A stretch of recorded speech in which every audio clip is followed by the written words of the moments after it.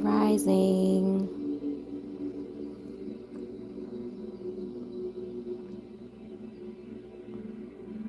Come on in.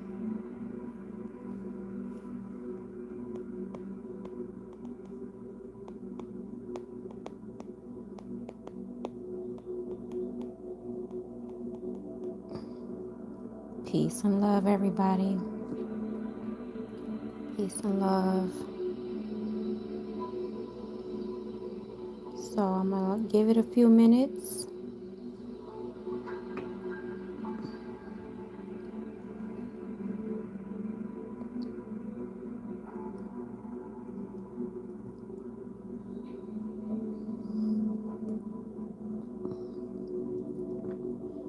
Thanks to the first person that liked.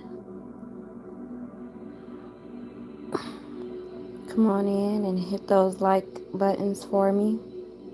Welcome, everyone. Grand Moon Day Rising. Hit those like buttons.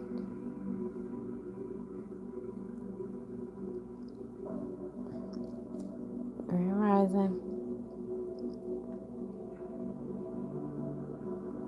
Grand Rising, Mother Vicky. Enjoyed you all yesterday. Grand Rising, Brother Willie Rivers. Doing well. How about yourself?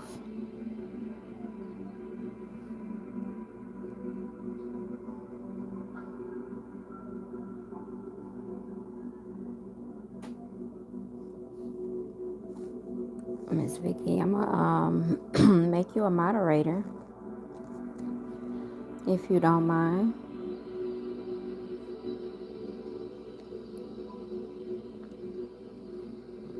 Greetings, Joshua 2415.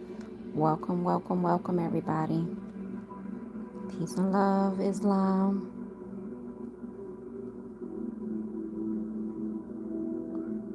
Grand Rising, Kiara. You are a new name here, so welcome to the channel. If you're just joining, hit the like button for me. Make sure you guys subscribe. Thank you, Miss Vicky.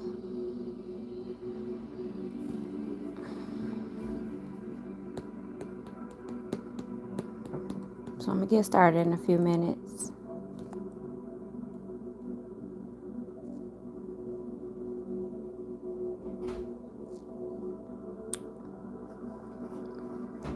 I just want to say Freedom Writers is doing amazing things.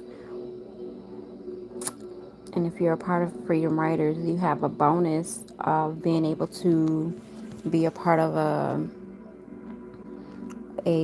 another group that we have attached to Freedom Writers by way of a great friend of mine, Mother Mia Shay L, who teaches how to grow your own food. And so yesterday we had a class with her, and it was a participatory class where we actually had to start growing. So yesterday we grew some mung beans and some broccoli sprouts. So that was very, very fun. We had a great time. Great time. Learned a lot. And we have those every Sunday. So if you're in Freedom Writers, you're available to participate in that extra little benefit.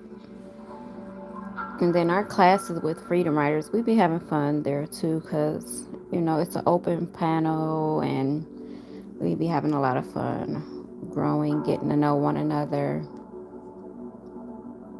So I'm going to go ahead and get started. I just seen 444.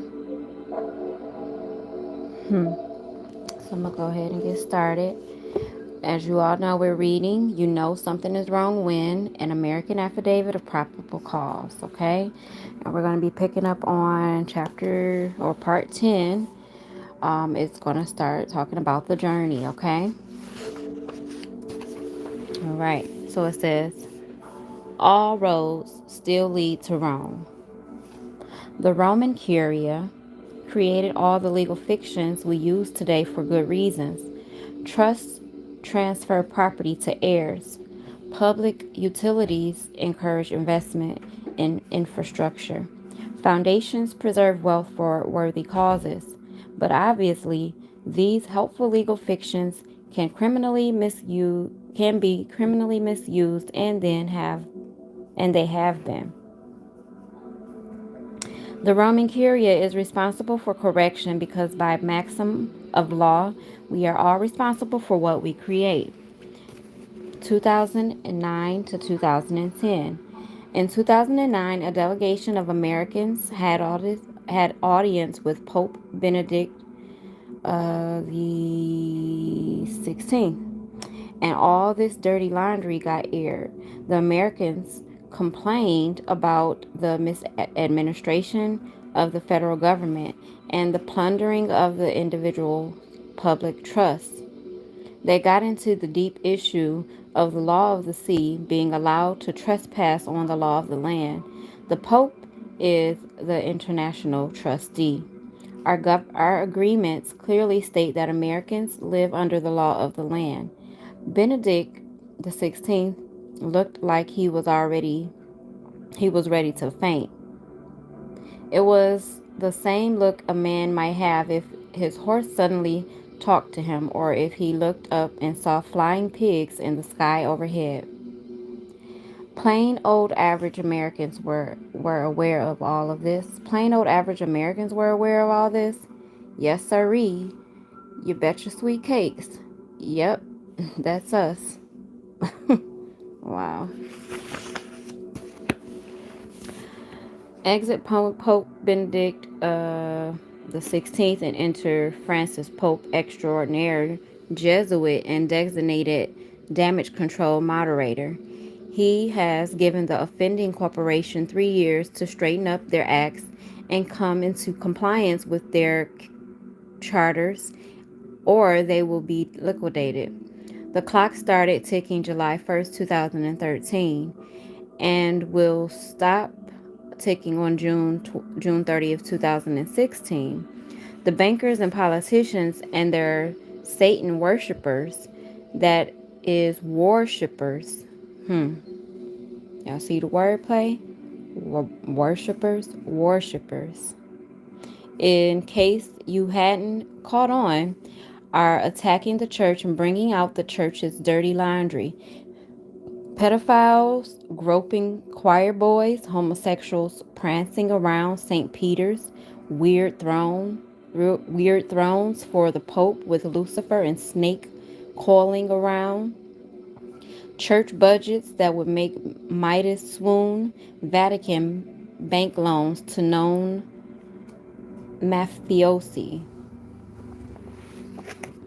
It's all true, so far as it goes. All the serpent he he became wroth with the woman and went off to make war against her and her children and those who stood for Christ. Pope Francis has taken major steps towards correction of the church and the church's administration of the global estate trust. He has rewritten the International Criminal Code and held the lawyers and judges and clerks who are primarily responsible for the administration of the justice liable for their acts and omissions motu proprio of July 11, 2013. He has undertaken an exhaustive global diplomatic mission seeking to establish an honest banking system, BRICS. Most of all, he has sought to keep the peace and avoid any conflict among the religions supporting the law of the land.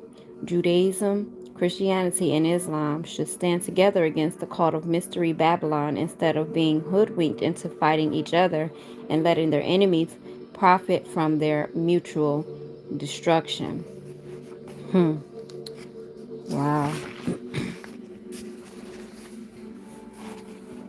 So you have Hitler, Stalin, Bush, and FDR.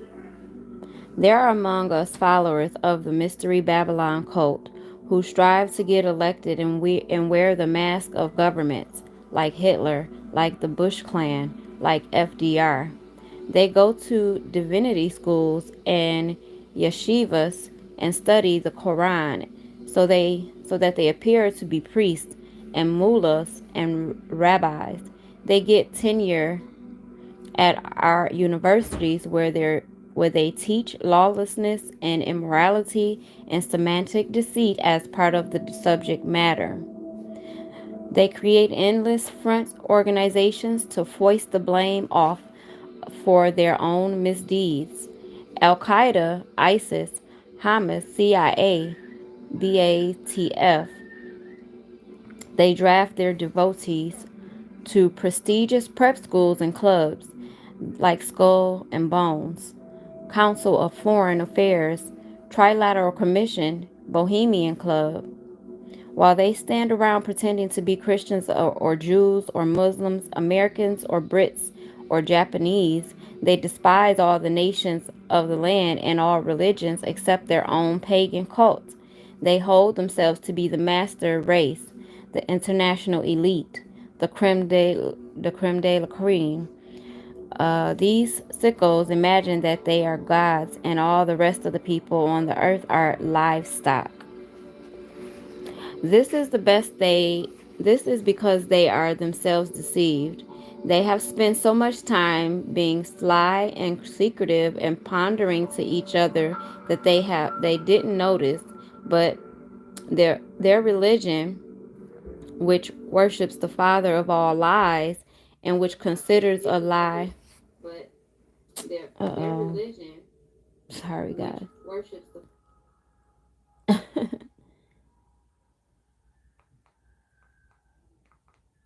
all right, sorry about that.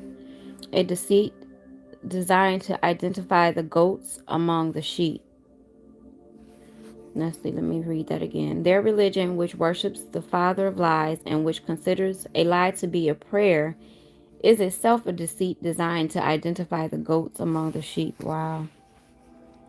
There is one last call, one last period of grace. We are all being presented. Oh my goodness. What in the world is going on with this?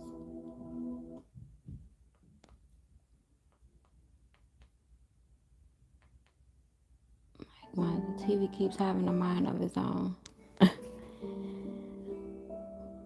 Okay. There is one last call, one last period of grace. We are all being presented with a choice, and it is a deeply religious choice. Mm-mm. Okay, something going on. I gotta turn that off. Sorry, y'all. Will we worship God or mammon? Will we live under the law of the land or the law of the sea? Or as children of God, will we live under the simple law of the air? How y'all doing in the chat? Okay. United States citizens live under the international jurisdiction of the sea. American state citizens live under the national jurisdiction of the land. World citizens live under the global jurisdiction of the air because air is the highest jurisdiction. Three basic kinds of law, three basic kinds of citizenship, and multiple varieties of religion giving rise to it all. Certain groups of pygmies remain convinced that murdering an enemy and eating his brain to ingest his strength and and intellect is perfectly sane and reasonable. Their societies condone this as a lawful act. Do y'all see what this is saying? 99.9% of us can recognize that this is illogical, but then we refuse to follow logic to the end.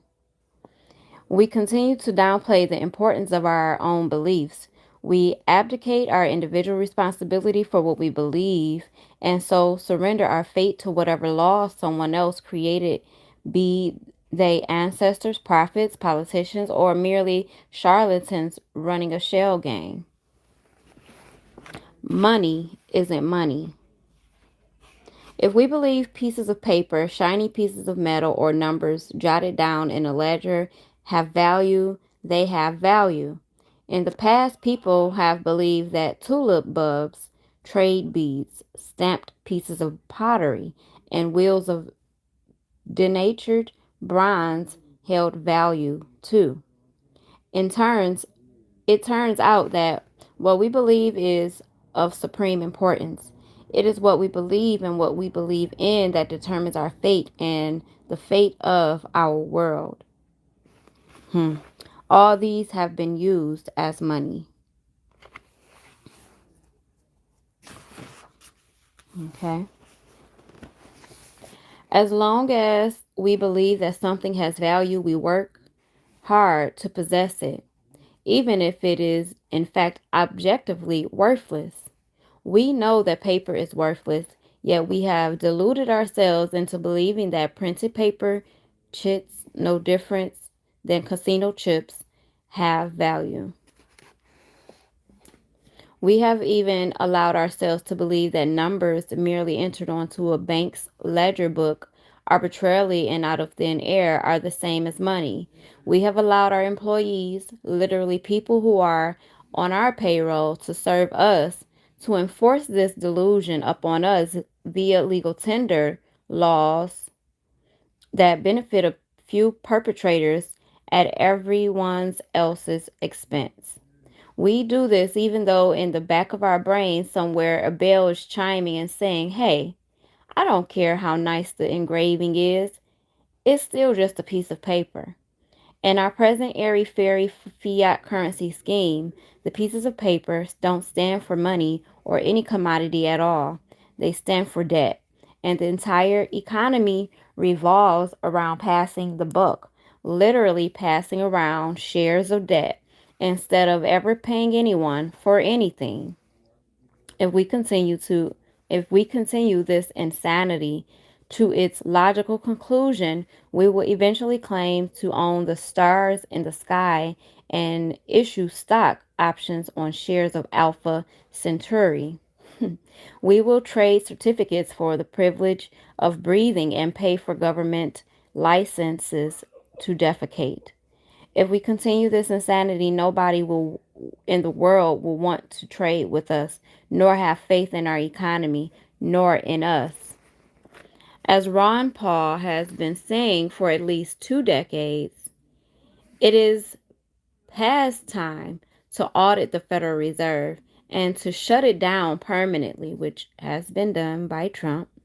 It is also way past time to issue separate, recognizable, lawful money and to insist that no private currency, script, or debt note is ever again used as legal tender in the continental United States, which is being done as we read this book.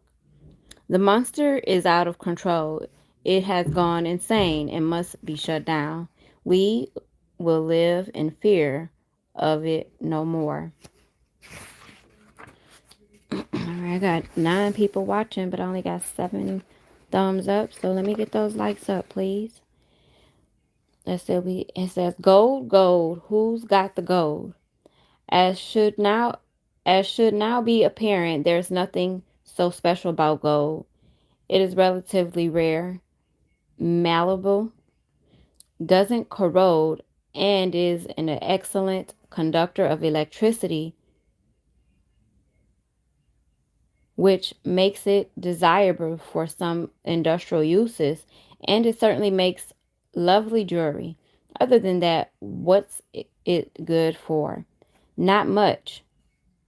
You can burn it for fuel, for heat or power, eat it, drink it, build homes with it, or wear it, which all goes to show why we have traditionally used gold for coinage. Bearing in mind the gold is as essentially useless as ingots of denatured bronze and tulip bulbs and trade beads. Read on. The original plan, step by step. 1. Was to confiscate, that is, steal in the name of the public good, all the privately held gold in the world by any means, fair or foul. 2. To collect it all together. 3. To devalue all other currencies in the world so that the value of gold appears to rise exponentially. Note that gold traded for about $30 per ounce in 1930s and now is trading for about $1,300 per ounce. It's actually at about $1,800 now. And then I think 19, and then sell all the gold back to the great grandchildren of the people you stole it from in the first place. 5. Use the profit to buy up all arable land, natural resources, food sources, etc. Force the people to buy it back with their labor again. Wow. Let 100 years pass, and everyone who was alive in step 1 has passed on by step 4. So it's easy pickings for the established elite to prey upon the rest of the populace. What actually happened? Everything was going along as planned, and most of the governments of the world were going along with it. But then the Chinese woke up and said, what happened to all the gold that the nationalist Chinese government deposited for safekeeping with the Federal Reserve Bank of New York? We should have that back as the successor government. And they brought suit against the Federal Reserve Bank of New York in 2011, which made a whole bunch of other governments and regular people start thinking, where's our gold? Wow. Oh, my bad.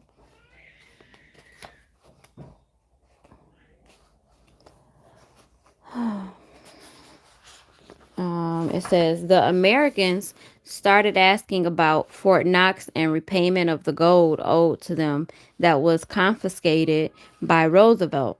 The Germans started asking about the gold Imperial German government stash for safekeeping with the same Federal Reserve Bank of New York. Lord Brown discovered that there had to be a lot of more gold in existence than the official government statements were admitting. Lord Snowden famously blustered that only 1,500 tons had ever been mined in the history of the world, and the plot began unraveling. The partners in crime. The Federal Reserve Association decided to bankrupt its subsidiary, the Federal Reserve System, Inc., and to transfer its assets to the secondary prior to doing so. This is an abuse of bankruptcy protection, but who is minding the store? The Federal Reserve accordingly transferred all the purloined credit created by the national debt. Remember that a debt always generates a corresponding credit, both sides of the ledger, to 3 agencies supposedly representing the interests of the actual priority creditors, the people of the United States of America, the Internal Revenue Service, the Financial Service Division of the Department of Defense, and the North American Water and Power Alliance split the pot. They also transferred the American gold reserves to the tender mercies and keeping of the World Bank IBRD for execution of the original plan, the reintroduction of gold as the world monetary standard, and continued fleecing the victims of all this fraud. Since then, understandably enough, the banks have been trying desperately to find some way to divest themselves of the stolen loot, and by our count, Miss Karen Hudds has proposed no less than 3 of these excuses. Our favorite bank fairy tale involves an unknown philanthropist named Wolfgang Struck, who just appeared out of nowhere holding gold certificates from the 1930s, pretending to own and control a gold hoard equal to 7 times the annual world demand for gold, and offering to give it away with a few unseen major strings attached at 100,000 per man, woman, and child. Don't be afraid. I'm the bank fairy, and I'm here to ease your financial pain. The devil's in detail. Let's see. Canada Inc. Grand Rising. New subscriber. Well, welcome. Glad to have you here. Welcome to the channel. All you had to do to receive your share of this increasingly hot and worthless hoard was to sign over your estate, your body, your property, your rights, and your future to the banks involved in equitable exchange. The one thought. It apparently never occurred to banks that their only hope is to admit their culpability and give back the assets to the people they were stolen from in the first place. Tragically enough, to their great grandsons and great granddaughters. Exactly. Us. Great now. Irma J. Snodgrass, still waiting for the government to return the engagement ring they confiscated in 1933. Wow. It's funny because I knew someone named Snodgrass. So that's very, very funny. What the bleepity bleep is a withholding agent. It's getting good, guys. All right. This stuff is too little. Let's see. It says, these are the greediest fellows I've ever seen. With all my exertions, I can't satisfy their pocket, though I keep the mill going day and night. Mr. Secretary, here is a dispatch. We have captured one prisoner and one gun, a great victory. I will telegraph to General Dix immediately. All this reminds me of a most capital joke. Give us more greenbacks. Give us more greenbacks. Compound interest. They say the Tallahassee sails 24 miles an hour. Well then, we'll send 4 gunboats after her that can sail 6 miles an hour, and that will just make enough to catch her. Wow. Officer, I am told that Snooks has called me a humbug. Take that warrant and put him in Fort in Fort Lafayette. I'll teach him to speak against the government. Wow. Damn. Running the machine. The above images is an original cartoon from May 5th, 1865, published by Courier of Ives of New York. Wow. Wow. 1040, named after the bonds Lincoln sold to pay off Union War debt, so called because they could be redeemed after 10 or 40 years. Oh, wow. Okay. The IRS scam. The old version. The Internal Revenue Service, Inc. is hired as an accounting service to keep track of credit occurring in the account of your all caps name, John Quincy Adams, an estate trust created by the United States, Inc., under the law of the Washington, D.C. municipal government, an independent international city-state. The associated 9-digit master account number is used as an employer number written like this, okay, with no dashes, representing the credit side of the accounts, okay? Remember, credit and debit. So number 2, it says the IRS, Inc. is hired to perform the billing service of the Governmental Services Corporation and keep track of the debt accruing against the account of the all caps name, John Quincy Adams, using the master account number as the taxpayer identification number written like this with the dashes. So the credit side is no dashes. The debtor side is with the dashes and representing the debt side of the account. You, the living man, called John Quincy Adams, you in upper lowercase, okay, I presume to Be a voluntary withholding agent responsible for keeping these accounts balanced, but you are never told anything about this job or how to do it, so you mistakenly put the bill owed by the all caps name out of your own pocket. So basically what it's saying is you're the withholding agent, but you're acting as if you're this all capital letter name. So you're paying out of your own pocket when you're really not supposed to. Okay, so now it says the new version. A new version of the Internal Revenue Services run by a new Federal Reserve, all ultimately run by the UN corporation, takes over. Pay attention, guys. Okay, this is very important. It says you have the Internal Revenue Service credit ledger with that number, the Internal Revenue Service debt ledger with the dashes. Then you have the Internal Revenue Service master file. This is the master file, state file. Okay? Y'all learning something today.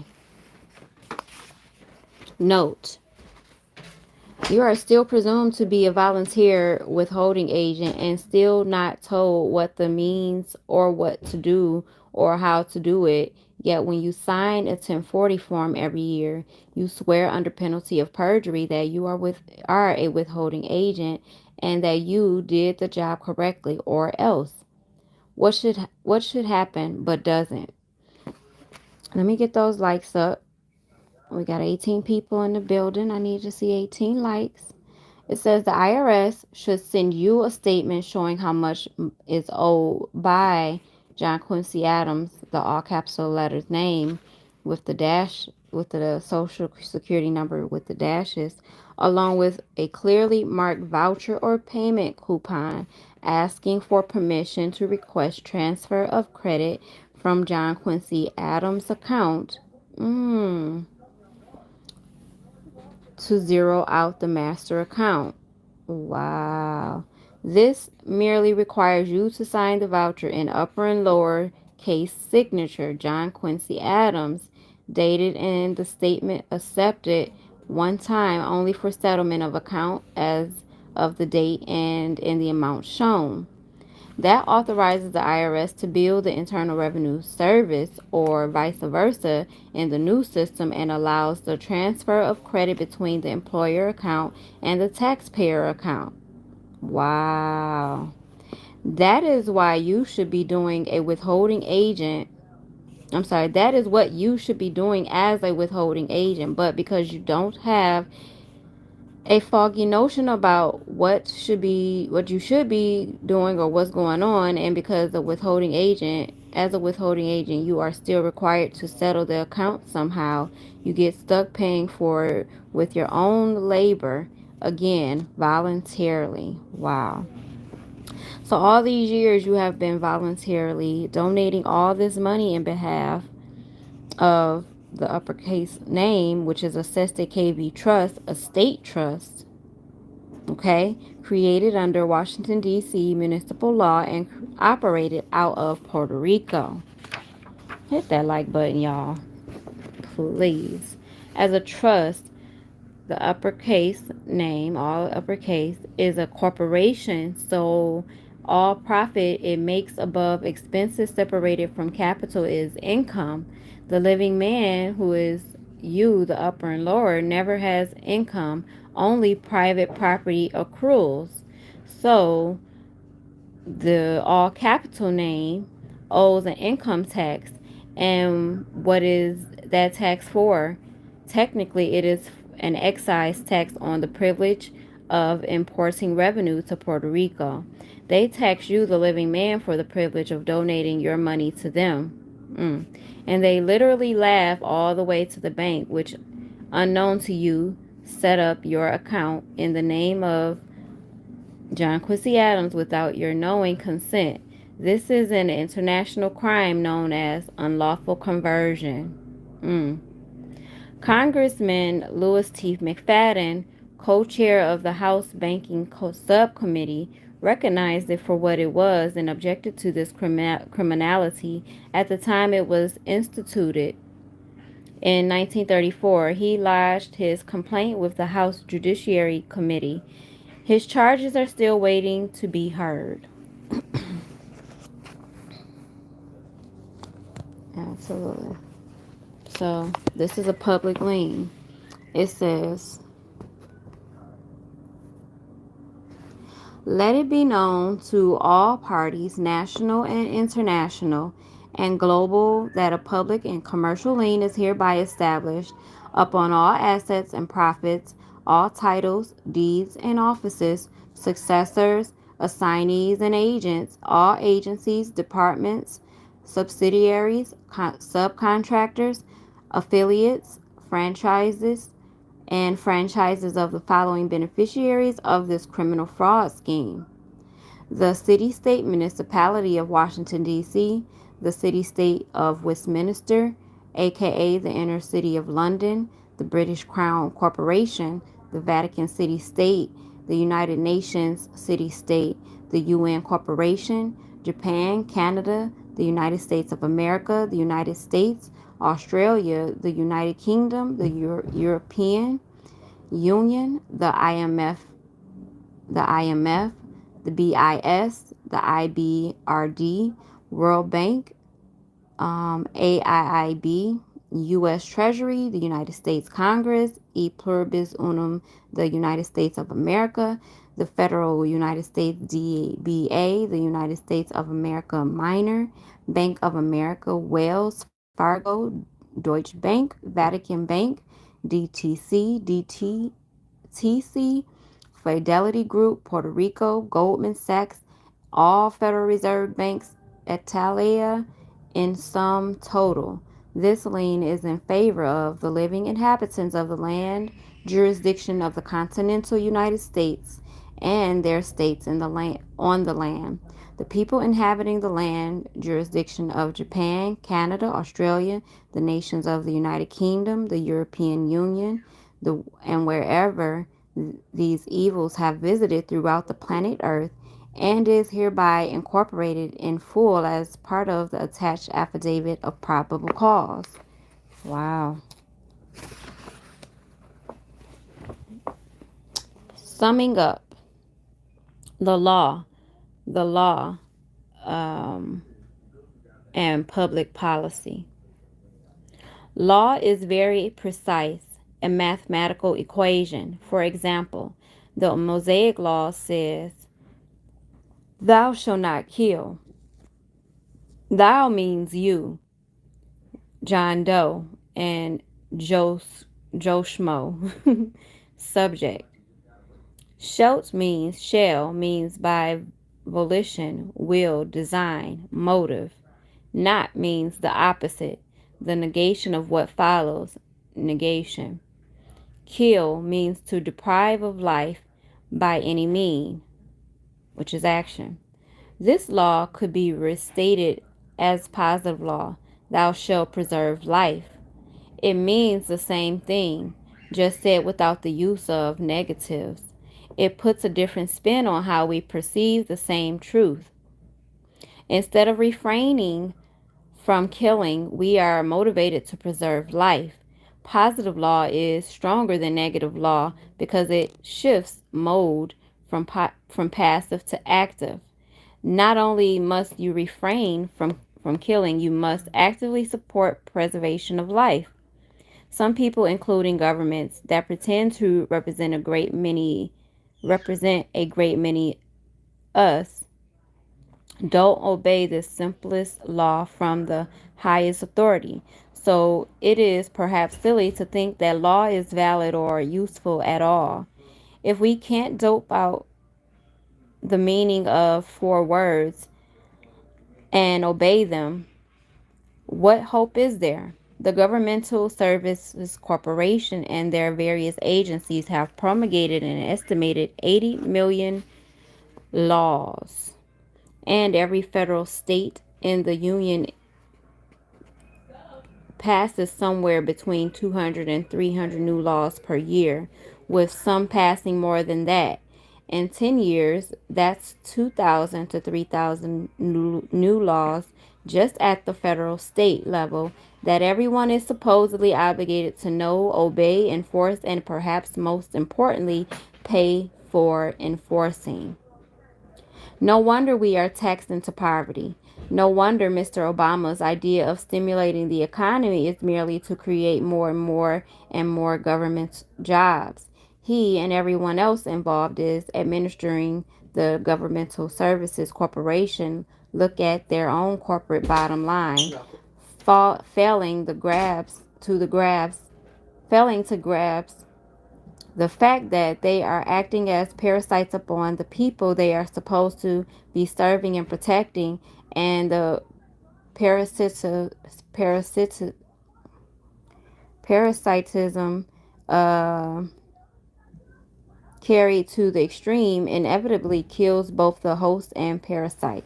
All these 80 million plus laws are not laws. They are codes, statutes, regulations, and administrative rules, meaning that nobody actually elected to create or repeal law had anything to do with making up these laws.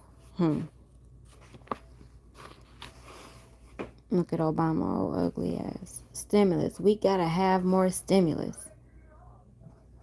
That's the city, the county, and the state just over here looking po.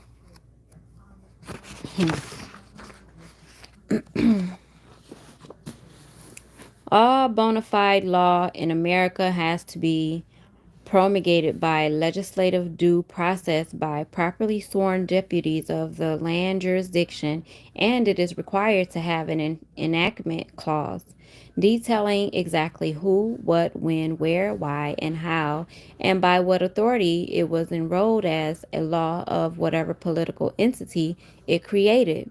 From this, we can judge the validity, jurisdiction, and authority of the law. The enactment clause tells us if a law applies to us, all actions proceeding from actual law are lawful. Tellingly, law does not have an enactment clause because it is understood to be and just an in-house private rule of the corporation adopting it. All state statutes recorded in America since 1860 are laws, not laws. Hence the difference in the spellings, okay? Got lowercase laws and uppercase. Appreciate you always teaching game. Absolutely nail the apostate. Okay, this is because the American government has been operated in default as a military dictatorship and an international jurisdiction as a corporation ever since. It is incompetent to create law. The Federal Code consists of 50 titles and thousands of subtitles and sections of subsections that represent the law of the federal corporation, that is, internal house rules that govern how the federal corporation is supposed to operate, which federal corporation, certainly not the United States Inc., which repealed all titles of federal code except Title 50. When suits are brought based on violation of federal code, all we are doing is saying, hey, the corporate leadership said you were going to operate according to this rule, and instead you are doing this. State statutes and federal code are administrative law, not actual law at all. All actions proceeding from enforcement of law of such laws are legal, but not necessarily lawful. Such a system can be perfectly legal and yet against the actual law. Everything Adolf Hitler did was legal, but as the Nuremberg trials clearly established that the genocide, theft, and destruction caused by the Nazi regime was against the law. It was criminal and recognized and prosecuted as such by the international community.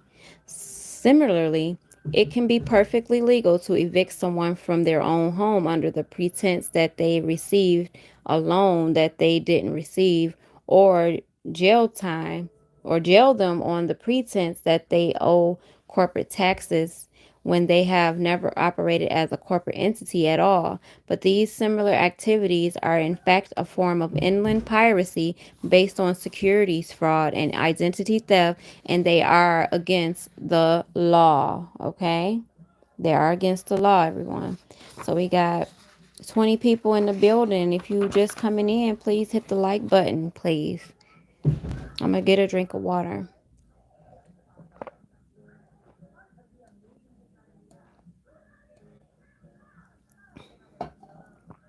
Thank y'all for the likes. Definitely appreciate y'all. All right. As law, the federal code and federal state statutes represent only the private in-house rules of a corporation and its state's franchises.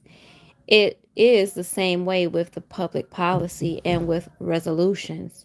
Since 1933, the U.S. government, that is, the federal corporation, has been issuing public policies and resolutions that are perfectly meaningless except as good intentions.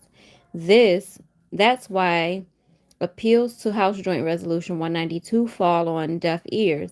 Not only was that resolution offered as the good intentions of a new defunct corporation undergoing bankruptcy reorganization, resolutions made by Congress are exactly the same as New Year's resolutions made by Anita K. Flopdoodle.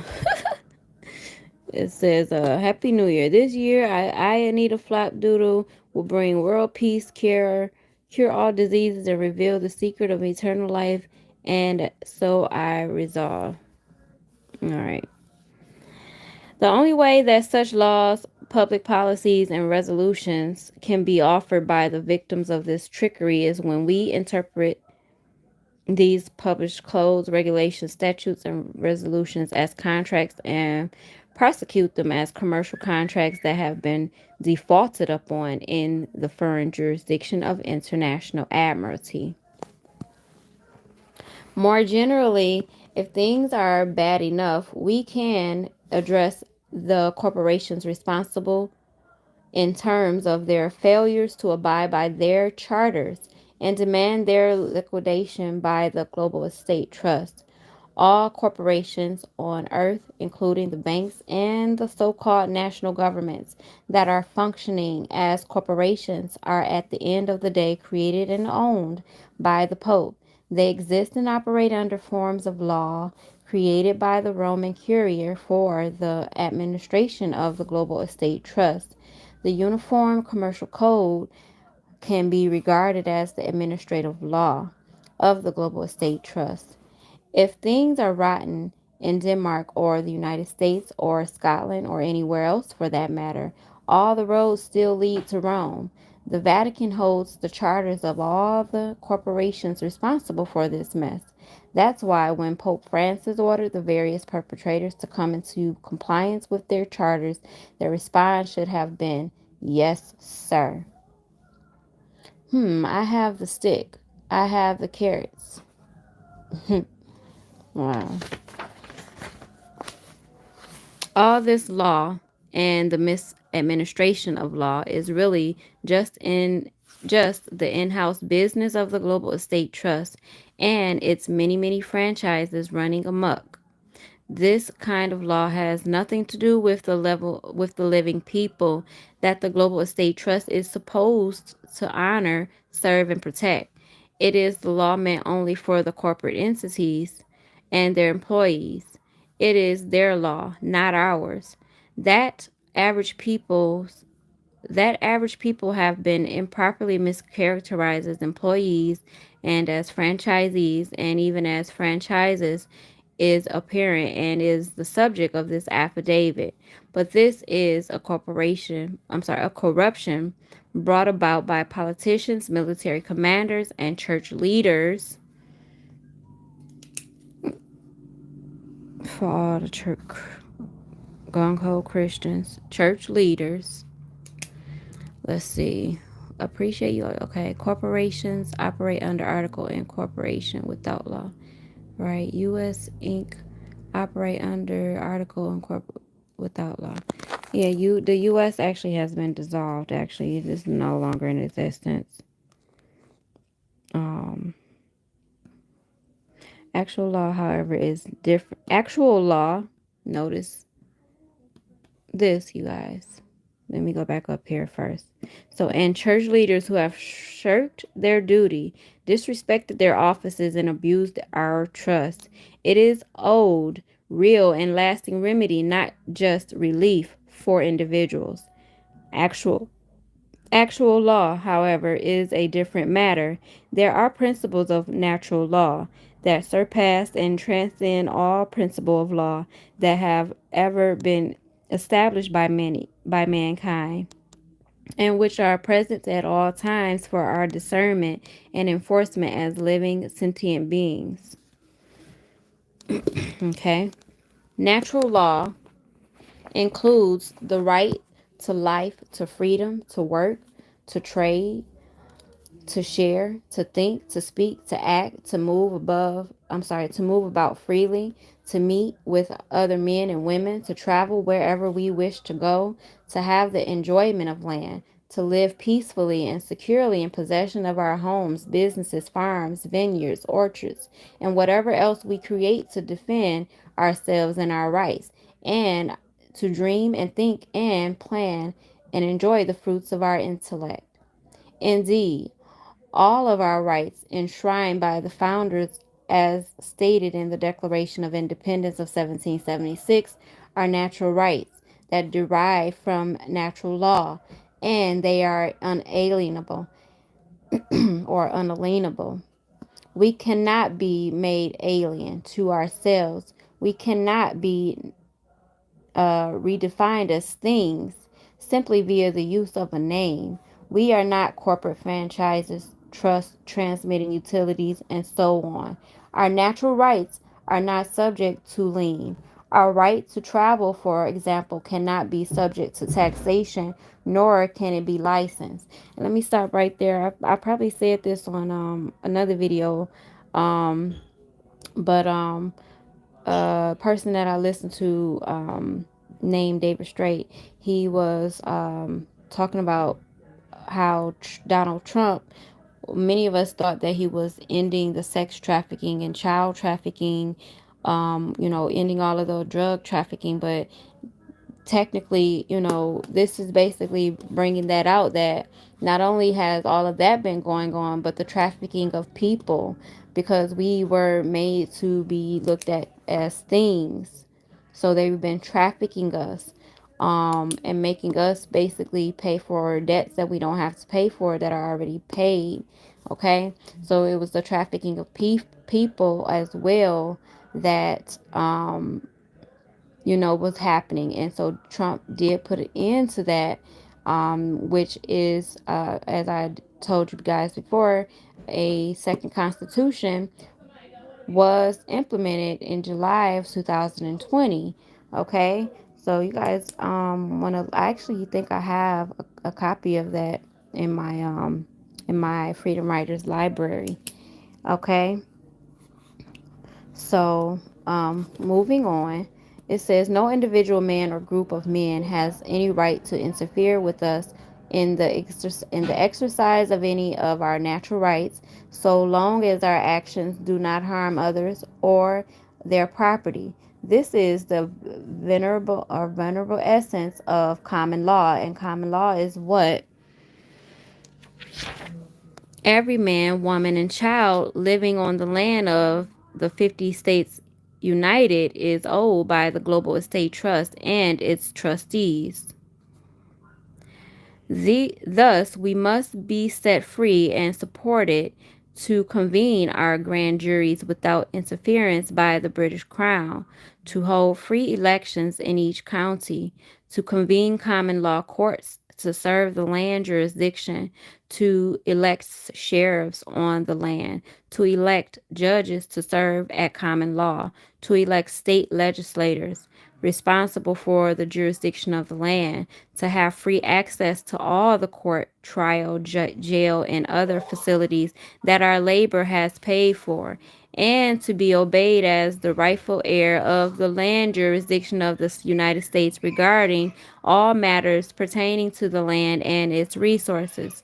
Those who have merely pretended to represent us must be recognized as actors and charlatans involved in a vast fraud scheme in which they occupy private corporate offices instead of similarly named public offices they were elected to serve.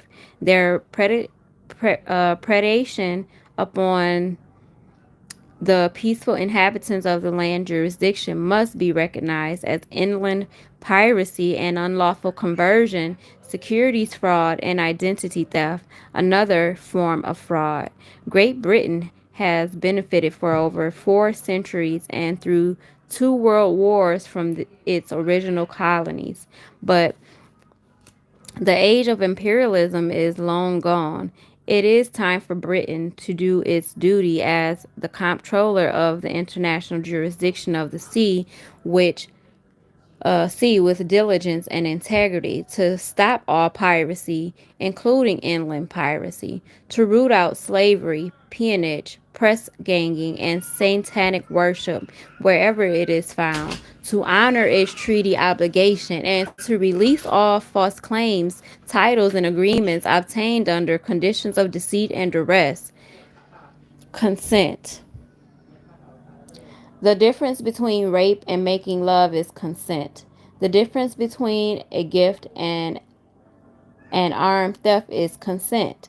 The banks and their governmental services corporations have disrespected the vital element of consent and have turned deaf ears when Americans who are private citizens of the continental United States have clearly said, I do not consent. I do not consent to be represented by these actors. I do not consent to contract with these organizations.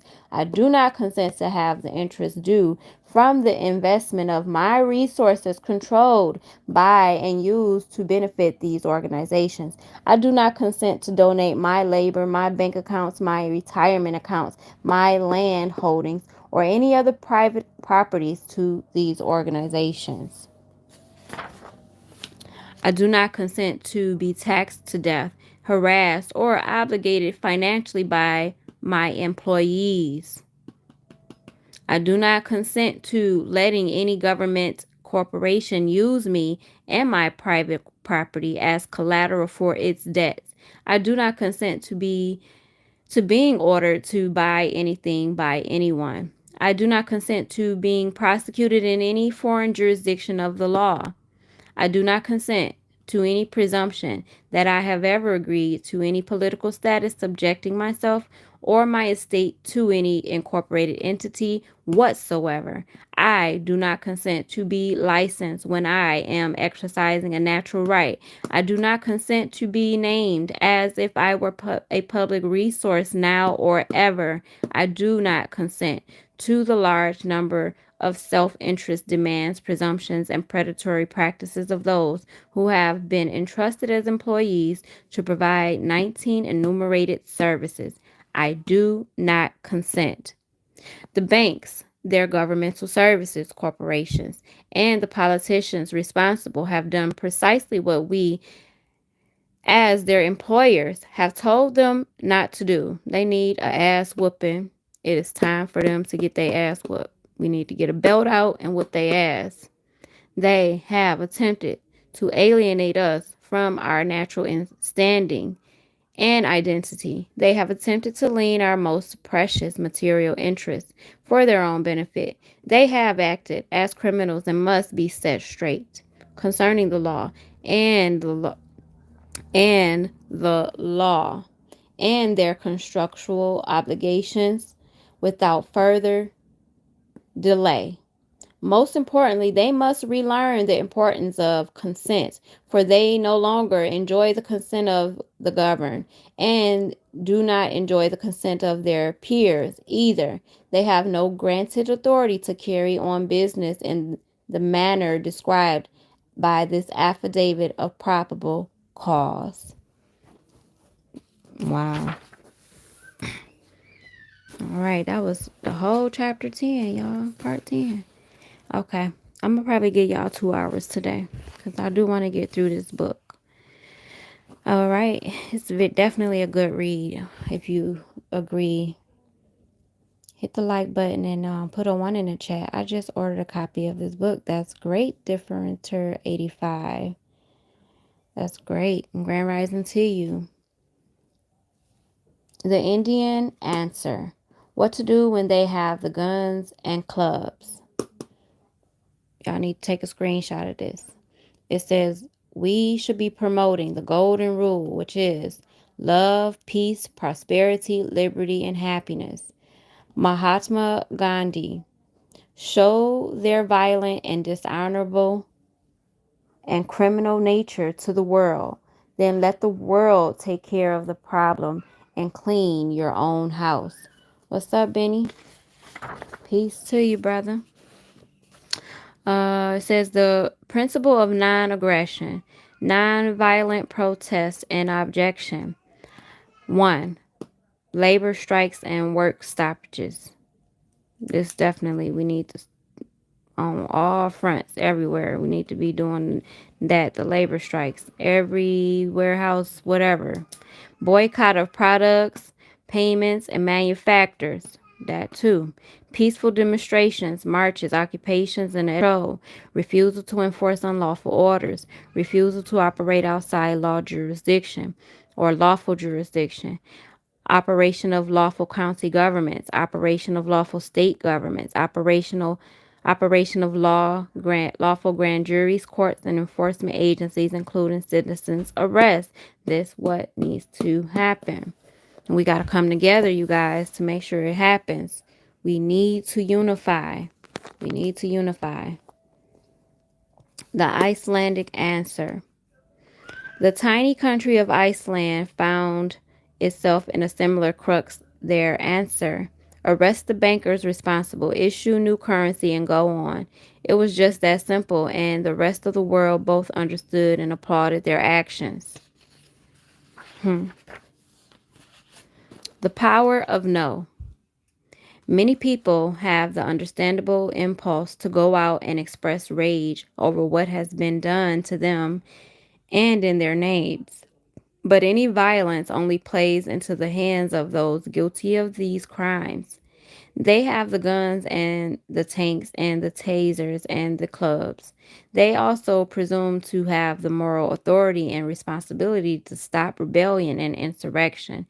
Moreover, they get paid out of your pockets for doing so.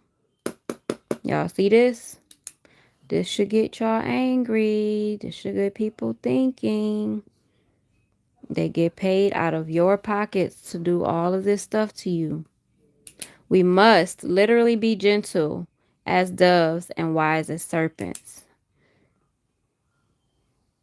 Now, I said get angry, but I do agree with this too. And this has been on my mind actually the past couple of days. Remember that these Babylonian usurpers worship duality. For their process to work, there has to be a black and white, a republic and a democrat, a Christian and a Muslim, a pillar and a post. Without duality, they cannot function and their entire system grinds to a halt.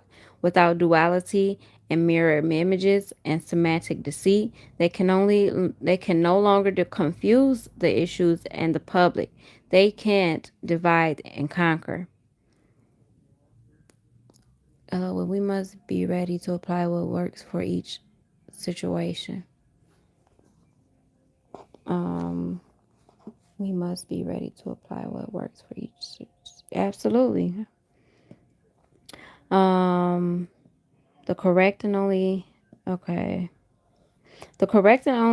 strategy that works against them is precisely that employed not so long ago by Gandhi, not nonviolent and non-corporation. They say you have to pay income taxes. No, you don't. They say you have to have a driver's license to travel from point to point. You say no, you don't. They say you have to buy health insurance from them. No, you don't. They say you have to know obey and pay for enforcing 8 million laws? No, you don't. They say you have to register your private property, including your children. No, you don't. They didn't create you. They don't own you. You are not their employee. But what authority do they address you and demand that you do anything at all, so long as you are not harming anyone or damaging property? They have no right to even speak to you unless spoken to. When did you knowingly, willingly, or under conditions of full disclosure sign any contract subjecting your will to theirs? When and where did you give them consent to charge their debts to your account? Just say no. Ask them, drag them out into the open air and make them show you the contract obligating you. If they say the Constitution, ask which Constitution, which state. Ask them to show you your signature on the document in question. Be tough-minded, polite, and determined, remembering always that most of the people involved in implementing this system have no idea that they are doing anything wrong, which is true. They don't know, guys. They don't know. And boy, do we find this out more and more every day. It's really, really sad because I literally had to I told someone at a car dealership a few months ago. I said, she kind of understood what I was doing, and she was, kind of asking me, about it. And I said, the reason why I have to do it this way and kind of go around you is because you guys are the one that's kind of in our way, because you guys are upholding these things that, are against us all. So it is definitely a battle. It's definitely a battle. In this way, we dismantle and undermine the system of duality from the ground up. When we stop thinking in terms of us versus them, and black versus white, and Republican versus Democrat, and Christian versus Muslim, and American versus Iranian, we deprive the criminals among us of their power to manipulate and control and feed upon us all. Absolutely. So let's see. Samuel Alice says, "Hey Shay, how you doing? I emailed you last night to see if you still have available slot. Please feel free." Okay, yep, I'll be responding as soon as possible. We must recognize that there is one human family and one planet, one sea, one global jurisdiction of the air, and that all true law among all men can be reduced down to 3 simple precepts. Keep the peace, love others as you would like to be loved. Do no harm. By honoring these simple natural laws, we put an end to the endless conflict and criminality. We protect ourselves and everyone else from being used as instruments of evil. We end the system of duality and enslavement without firing a shot. It could all be so simple. The Republic includes the counties of our ancestors created. The USA is the public entity heading the monopoly game. Yeah, that's what we're reading about. Capio, or however you say your name. The number one national security risk: ignorance. That's right. Our most urgent security concern is our ignorance. That is what makes us vulnerable and a prey to monsters. Except for ignorance, not one of the deceits exposed here would last as long as a snowball in the sun. The perpetrators would even try to foist off their ploys. We'd know better, so they'd know better, and we could all get on with doing our jobs in life. So why are we ignorant? Cause one, public schools operated outside local control. To paraphrase Malcolm X, only a fool lets his enemies educate his children. Ain't that the truth? Whew, that we did. While the federal government is not supposed to be our enemy, it is a foreign entity with its own axis to grind. The current state of ignorance about our government, treaties, laws, and history is the result of federal state franchises taking over education, government school. Wow, you are now committed for the common good of the collective. Wow. Y'all see how they started hypnotizing us? It's crazy. It says taking over our education and more federal encroachment into the education process. The result has been inexorable dumbing down of the American people so as to more readily manipulate and control and defraud us. Cause 2. Over the last 2 decades, thousands of American news media outlets have been bought up and placed under new management, with the result that only 6 corporations, 272 executives control 90% of the media. Y'all see this? Maybe people will then understand why I say all the time to turn the TV off. This leads to monopoly conditions in the marketplace and the boring sameness that we are all too familiar with. Worse, all 6 of these major media corporations are foreign owned. As above, only a fool lets his media resources be owned and operated by foreigners. The number 2 national security risk: mercenary armies disguised as government agencies. Over the course of the Obama administration, there has been an insane buildup and stockpiling of arms on American soil by federal agents. As you know, as you now know, these agencies are only service providers, corporate subcontractors, not legitimate public agencies at all.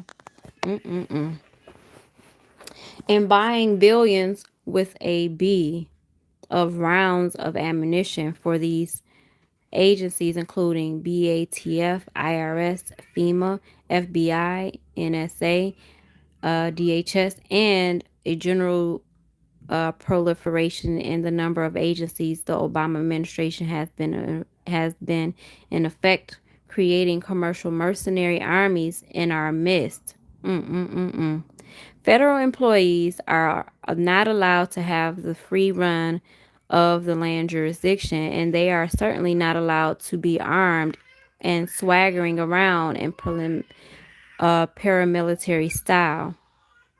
This includes state and local police forces, which are in effect all employed under the corporate umbrella.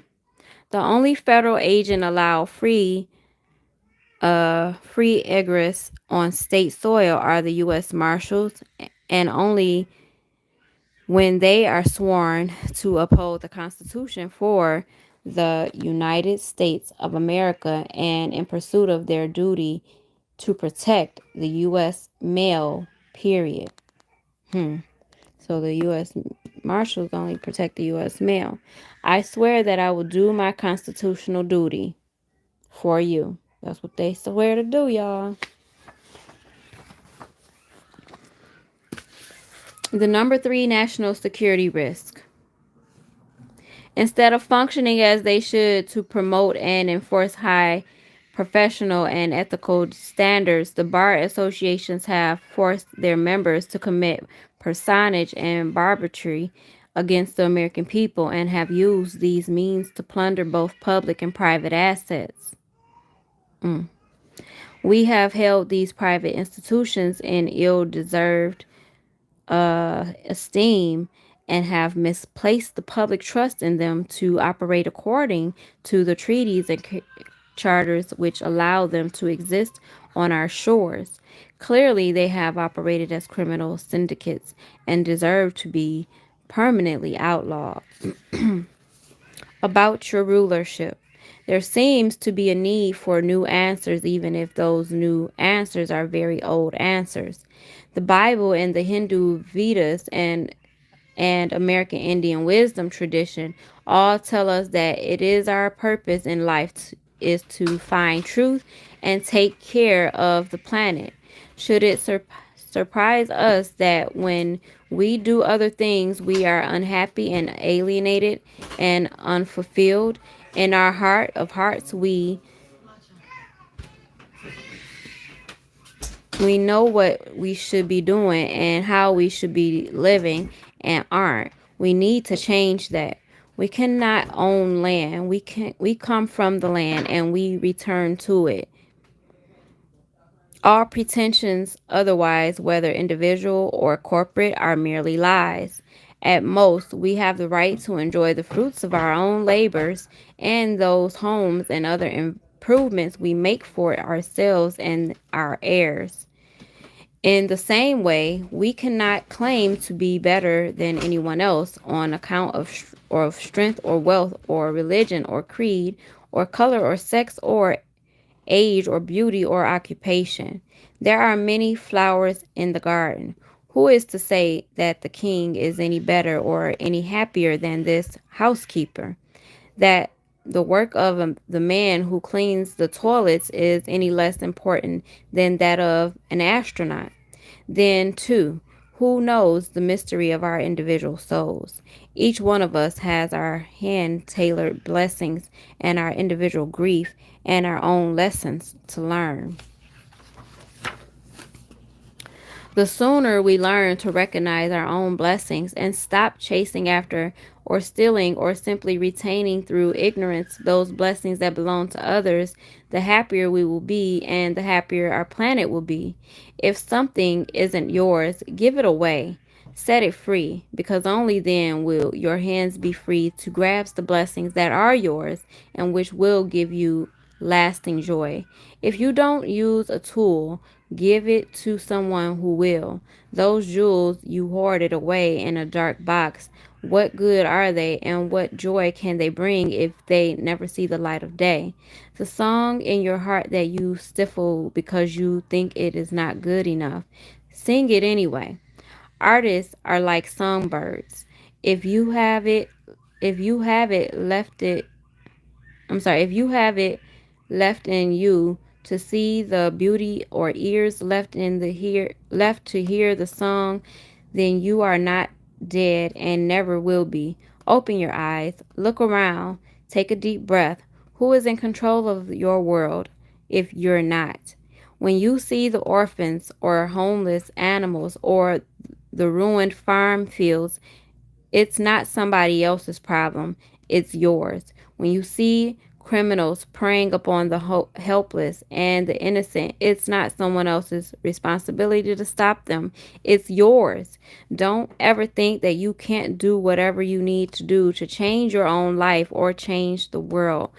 That's crazy because I just seen a video scrolling on Facebook earlier or somewhere, Instagram, one of those, and it was a video, a whole crowd of people around, and it was like two officers, and they were being disrespectful, highly disrespectful, mishandling two women and throwing them all over the ground and stuff like that. And you see people recording this, just standing around watching this happen, instead of, like, it's about 500 of y'all and it's two people.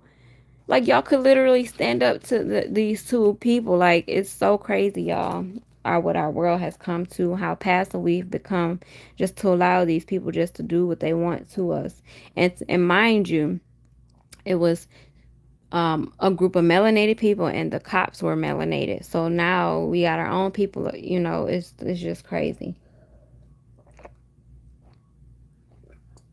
And the caption of the video said, ain't gonna be no summer.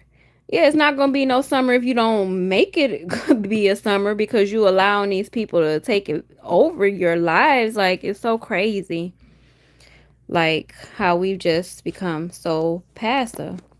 Miss Vicky said what Obama was get the militia police ready to invade everyone home and pull them out and take them to FEMA camps. Yep. Absolutely. Each one of you are literally kings and queens. You guys see this?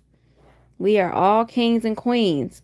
It's only because you have abdicated your own throne that the world is the sorry, disjointed affair and ugly place that it is. It is up to you to make other choices and dream other dreams. Y'all got it, man. I need to get the highlighter for this.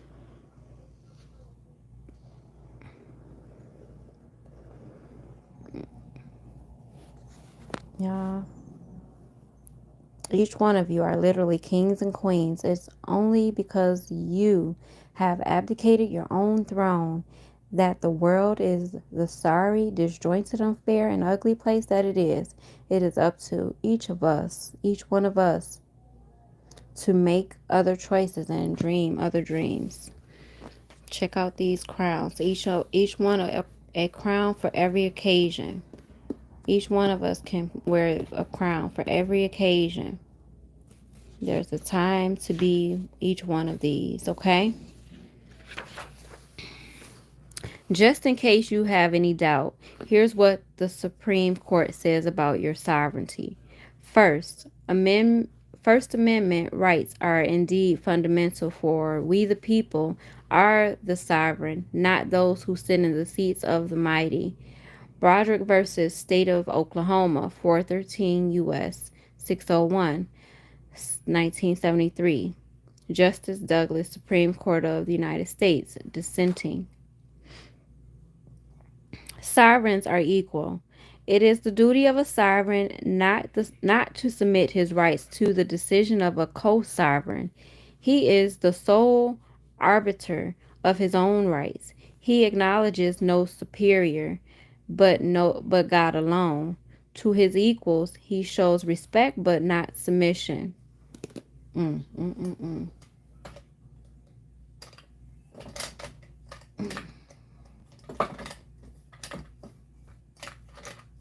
This is beautiful.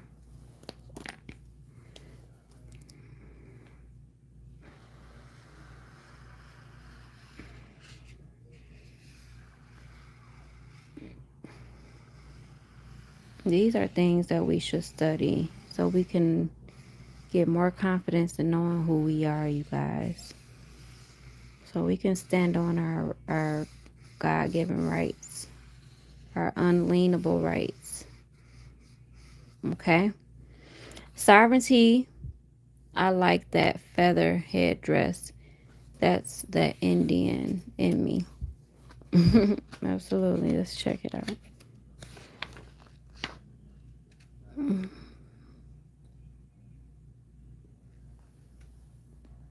Yep. All right. It says sovereignty itself is, of course, not subject to law. Sovereignty itself is not subject to law, for it is the author and source of law. Y'all hear that? So if you sovereign, you are the author and source of law. Know who you are. This is what we should be learning in church, y'all. Man, I used to sit in church, and especially like when we used to go to Bible study, and they will be talking about, it's always ironic how whenever I used to go to Bible study or something, it was always talking about the covenant, speaking about Deuteronomy and all of that, and they were trying to break down the covenant and all of that. And now I realized, like back in when we was going, that pastor's whole objective was to make us subjected to like the slave ship side of that information that was being taught to us. So it says but in our system, while sovereign powers are delegated to the agencies of government, sovereignty itself remains with the people, by whom and for whom all government exists and acts. Downs versus Bidwell. Okay? We acknowledge that the immunity of a truly independent sovereign from suit in its own courts has been enjoyed as a matter of absolute right for centuries. Only the sovereign's own consent could qualify the absolute character of that immunity. It bid that the notion that immunity from suit is an attribute, of sovereignty is reflected in our cases. Okay. This explanation adequately supports the conclusion that no sovereign may be sued in its own courts without its consent. So it is you, when you consent, we consent to this stuff, you all, for the most part, but we did it out of ignorance at the same time. And so now we know better, and as we continue to know better, we're going to continue to do better and grow, okay? Chief Justice took a less vehement tone in his opinion, but he too denied the applicability of the doctrine of sovereign immunity to the states. He explained the doctrine as an incident of European feudalism and said that by contrast, no such ideas obtained here at the Revolution. The sovereignty, they are sovereigns without subjects, unless the African slaves among us may be so called, and have none to govern but themselves. The citizens of America are equal as fellow citizens and as joint tenants in sovereignty. Alden versus Maine. So you are sovereign and the Supreme Court agrees. Just be aware you can't be sovereign and a citizen. So yeah, that's a highlight right there, because you always often hear that sovereign citizen phrase put together, sovereign and citizen put together in the same sentence. And you can't be a sovereign and a citizen because it's an oxymoron. Y'all see that? Sovereign citizen is an oxymoron. Okay? So you have to pay attention when you are being addressed sometimes and they try to throw that there. You don't agree to that. So you are a sovereign and the Supreme Court agrees. Just be aware you can't be a sovereign and a citizen at the same time. The term sovereign citizen is an oxymoron. Those who use this label are either ignorant or insulting, and you are neither one. Okay? Rules of rulership. You control what you consume. You don't have to ingest garbage media presentations of any kind, including the evening news. Don't have to eat bad uh, food, drink fluoridated water, take drugs just because they are prescribed by a man in a white coat, buy a new car because a car company thinks it is time to upgrade, drink alcohol, smoke, or do anything else that profits something or someone else at your expense. You control what you believe. You have 2 eyes, 2 ears, a brain, and a built-in Shinola system. Or censor, I'm sorry. If your government, church, mosque, synagogues, gangs, or clubs of any kind preaches violence, practices deceit, promotes slavery, or otherwise violates common sense and decency, it is time to vote with your feet and stop empowering that group. That is a highlighter moment. That is a highlighter moment. I gotta screenshot that. I gotta screenshot that one. This whole page should be highlighted, honestly, but this number 2 gotta be highlighted. That is a highlighter moment.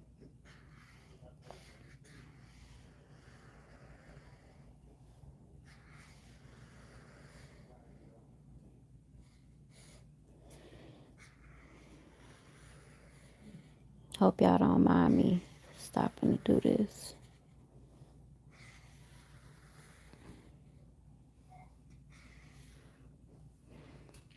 This is why I stopped going to church. You control what you believe. That's why I stopped doing a lot of things, honestly. Okay. Number 3, you control how you react. You can't always control circumstances around you, and you can never control what some other individual thinks, does, or can never control, or feels. But you are always in absolute control of how you react. Boy, wasn't I trying to tell somebody this the other day? You don't have to allow manipulation of your emotions or your responses. You can take back and choose. You can step back and choose how you are going to interpret your reality. That's the highlighter moment, too.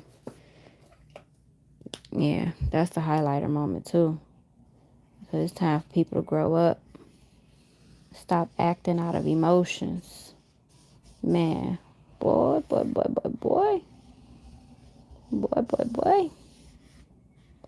I was just preaching some of this stuff.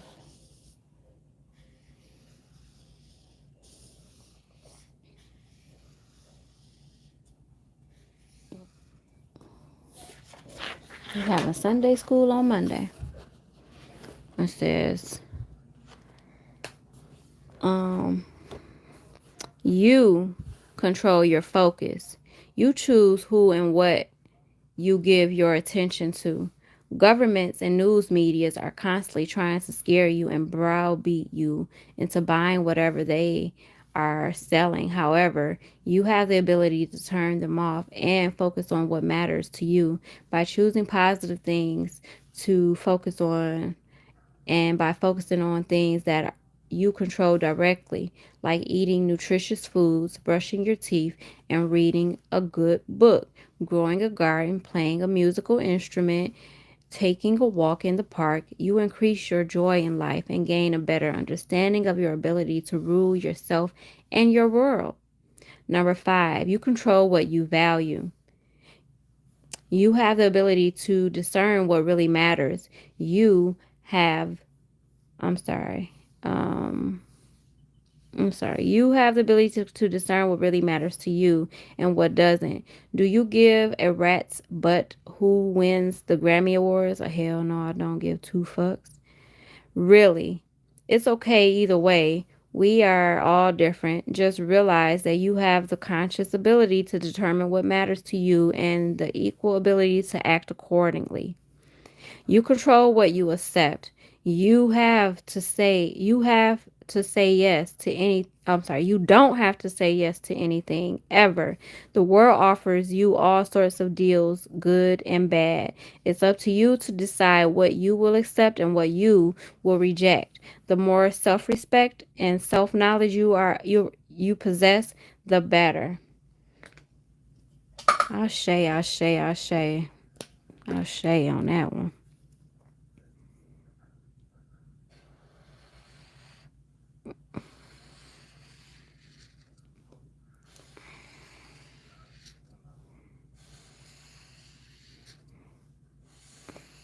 We getting enlightened today, y'all.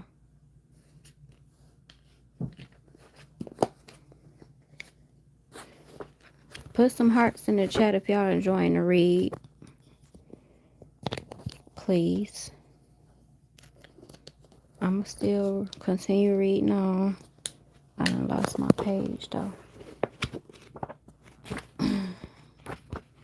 Okay. Number 7. It says, you control what you cherish for the future. This is part of what you value, of course, but on a larger scale. It's up to you to envision what kind of world you want to pass on to your children and take the steps to make sure that that is the kind of world you pass on. Thank you, Miss Vicky. I would like to get a peace flag. Yeah. Or you can get a flag of your family crest. The words of and for. Pay attention to this, y'all. This is very important. About now, there are a bunch of people feeling like their heads are going to explode. Yeah, it can be like that. There are those staggering around with both hands over their ears in a tragic state of denial, and there are those who are nodding with a knowing, disgusted look. There are predicted stages of waking up. It just absolutely is. The first stage involves retaining your mind to realize with certainty that those people in Washington, D.C., you have elected in good faith to fill public offices as deputies representing your state don't represent your state on the land, and most certainly don't represent you. They are corporate officers of a commercial corporation under contract to provide governmental services. They have same limitations and motivations as any other corporate executives. The fact that they do the fact that they do precious little that is good for you has probably reared its ugly head many times before, but now you know for sure that it is literal and true. They are in Washington, D.C. to serve themselves, not the public. They are participating in a foreign government in a foreign jurisdiction, and that is all there is to it. They aren't your Congress, and within your lifetime, they never were. It is all smoke, mirrors, and fraud. Baloney, shanola. Calling an orange a kumquat doesn't change a thing in actual fact. If you vote for them in any of their corporate elections, you contractually hand over your authority to them to exercise it as they please without accountability to you. You also give them another excuse to claim that you are a citizen of the federal United States instead of the continental United States and therefore subject to them and shadow belonging to their corporation, obligated to pay whatever debts they obligate you to pay without question, no less. Here's the peace flag right here, Mother Vicky. Oh, wait, no. Yeah, this is the peacetime flag. We've been dumbed down so long, we don't even know what our real flag looks like, but now you do. This is our real flag, you guys. Take a screenshot. I wish I could find my pen right quick. I would take a screenshot. All right, unfortunately. The civil peacetime flag of the United States. The continental United States are at peace, and you should be flying this flag instead of the stars and stripes if you are a state citizen. Yeah, we definitely need to get this flag. For the next few weeks, months, maybe up to a year, you will be struggling to overcome assumptions left over from years of indoctrination. America is still beautiful but run down and weak as a result of corporate corruption and criminality on the part of the banks and the lawyers and the Congress. You will keep being tempted to get involved in political parties and voting rituals that are meaningless wastes of time and money, or waste of time and money. You will keep turning toward Washington, D.C., hoping to hear better news when you should be turning towards Philadelphia, Pennsylvania, where your actual capital is still located. You will catch yourself thinking that the stars and stripes is your flag, when in fact the civil flag with vertical stripes and blue stars on a white ground is yours.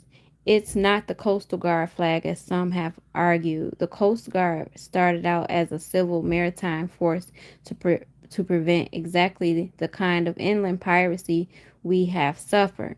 That's why the Coast Guard took the civil flag instead of the stars and stripes as the basis of its service flag. The rats will try to keep you from using your flag because it keeps them from usurping your jurisdiction. They will tell you that the civil flag is a patriot myth and that the land jurisdiction of the continental United States doesn't have its own flag with vertical stripes. They can argue with Nathaniel Hawthorne, who described the civil flag of the continental United States in a time before all this self-serving British bunco began. After you start flying the correct flag and retaining your entire thinking process and all assumptions you've been fed about the world and how the world is supposed to work, you need to recognize your country in on the land, beginning at the township level and then the country and then the state. You don't live in any county of or state of anything.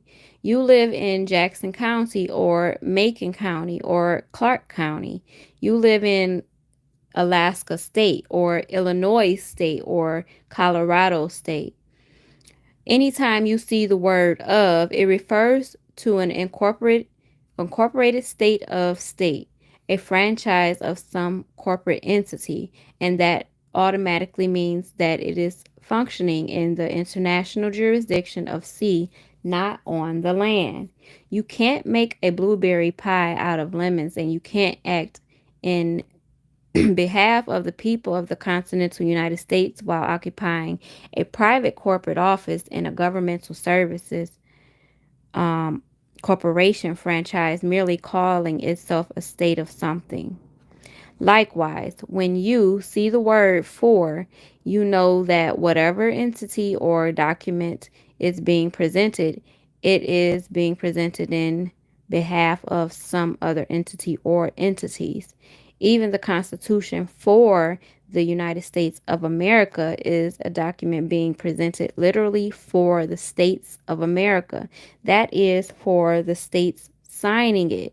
It would not apply to any state that refused to sign it. When you see a name like the Superior Court for the state of Arkansas, you immediately know that one, it is a corporation, and that two, it is acting in behalf of another corporation doing business as the state of Arkansas. How do you know this? The use of the word for and the capitalization of the title. This is good, guys. Crimes against humanity. All the issues discussed by the affidavit are crimes against humanity by criminal corporate organizations. Everything from identity theft to securities fraud to bogus mortgages, foreclosures, and evictions. It is all crime against humanity. Ironically, this has been enforced and allowed by those most obligated to protect us. The Department of Defense. America has been run under the Lieber Code, Geneva Conventions, and Hague Conventions since the Civil War. DOD and its predecessors have had their paws on the helm of our ship of state throughout and have failed their duties to us and to our soldiers and our veterans too. The crime of the century. You might think that the vast white collar crime perpetrated against the Americans, Brits, Canadians, Australians, and Europeans count as the crime of the century, but fraud and coercion, extortion, and even imprisonment and murder of the individuals pales when compared to the crimes perpetrated by recent presidents, most notably George Washington Bush and potentially Barack Obama, not potentially, for sure Barack Obama. Under Bush's auspices, we suffered an obvious false flag attack against the World Trade Center and the murder of thousands of innocent Americans and people from around the world who happened to be present on September 11, 2001.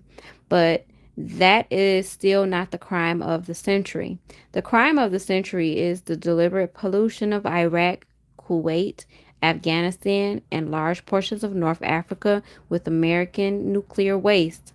The perpetrators took what they called spent nuclear waste materials from storage in underground salt mines in the western United States and packed it into artillery shell casings, which they exploded all over the Middle East and North Africa. Wow.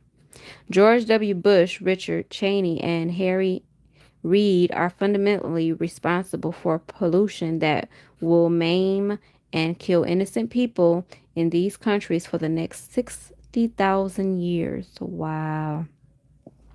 Unless we find the means to neutralize and or recapture this radioactive waste, 240, I'm sorry, 2,400 future generations of innocent human beings will suffer birth defects, organ failures, radiation sickness, and death because these monsters lacked both brains and heart.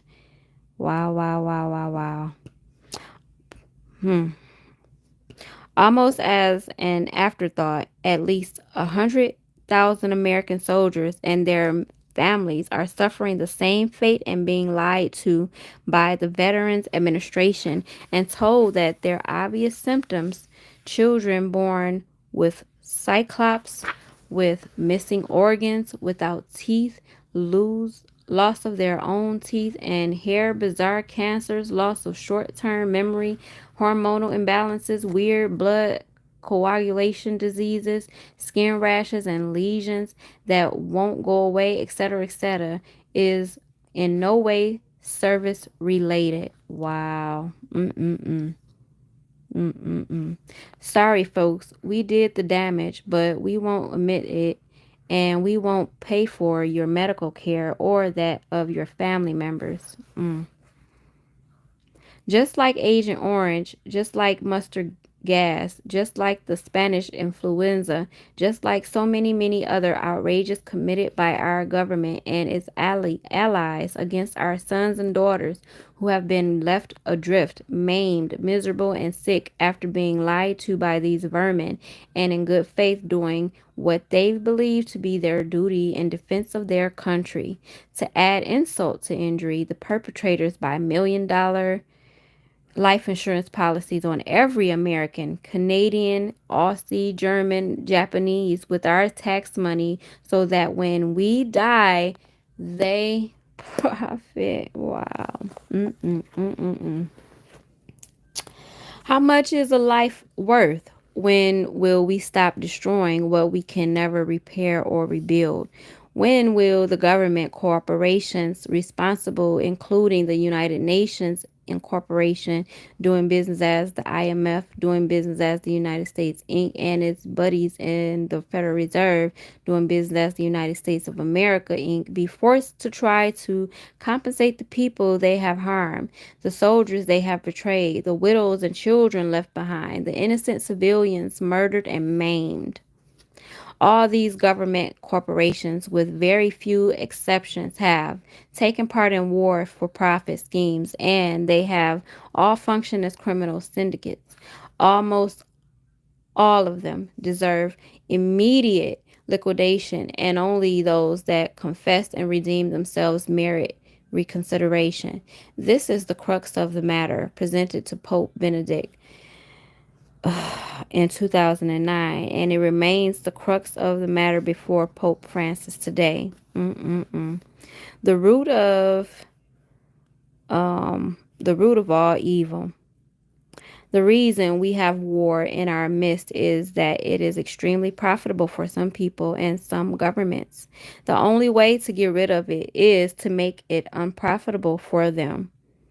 As remedy for war and a means of ending motivation for war, we suggest that a mammoth tax be levied against any nation that provokes, promotes, supplies, or participates in war or armed conflict of any kind, to be enforced by all other nations of the world and made payable to a victim's restitution fund that must be paid out directly to the other nations harmed and to the individual victims of any such conflict.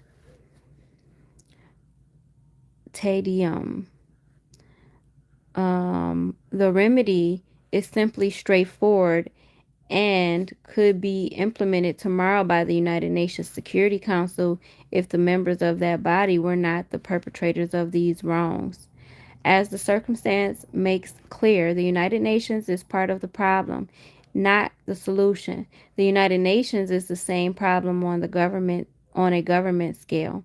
The solution must come from outside the box. It must arise from the thinking, living, breathing, willing people of the world, people who will change their way of thinking and their way of life and teach each other to do the same. The last big lie. Representative government isn't really is it representative government isn't really possible. Nobody can ever represent you because you are far too unique and changeable. Your feelings, interests, and opinions change almost daily, and certainly via the passage of time. Your material interests shift as well. Absent a conscious stream of communication detailing your exact needs and wishes, no deputy can honestly and reliably act as your agent in any state legislature, nor in Congress, nor in Parliament. At best, some of those elected make a good faith effort to represent the needs of best interests of the people who elected them. Most of these pretending to represent their states and their constituents couldn't give a fig about either one. As a result of being both materially impossible and unenforceable as a practical matter, representative government doesn't work and it never has worked. It's another obvious fraud scheme devised as a means to give people the illusion of power while in fact buying them off so that only a few individuals exercise any control and they can then be bought off in turn. That is precisely what has happened throughout the history of misrepresentative government, of the problem we are facing today. Shining a searchlight on the cockroaches in Congress may serve the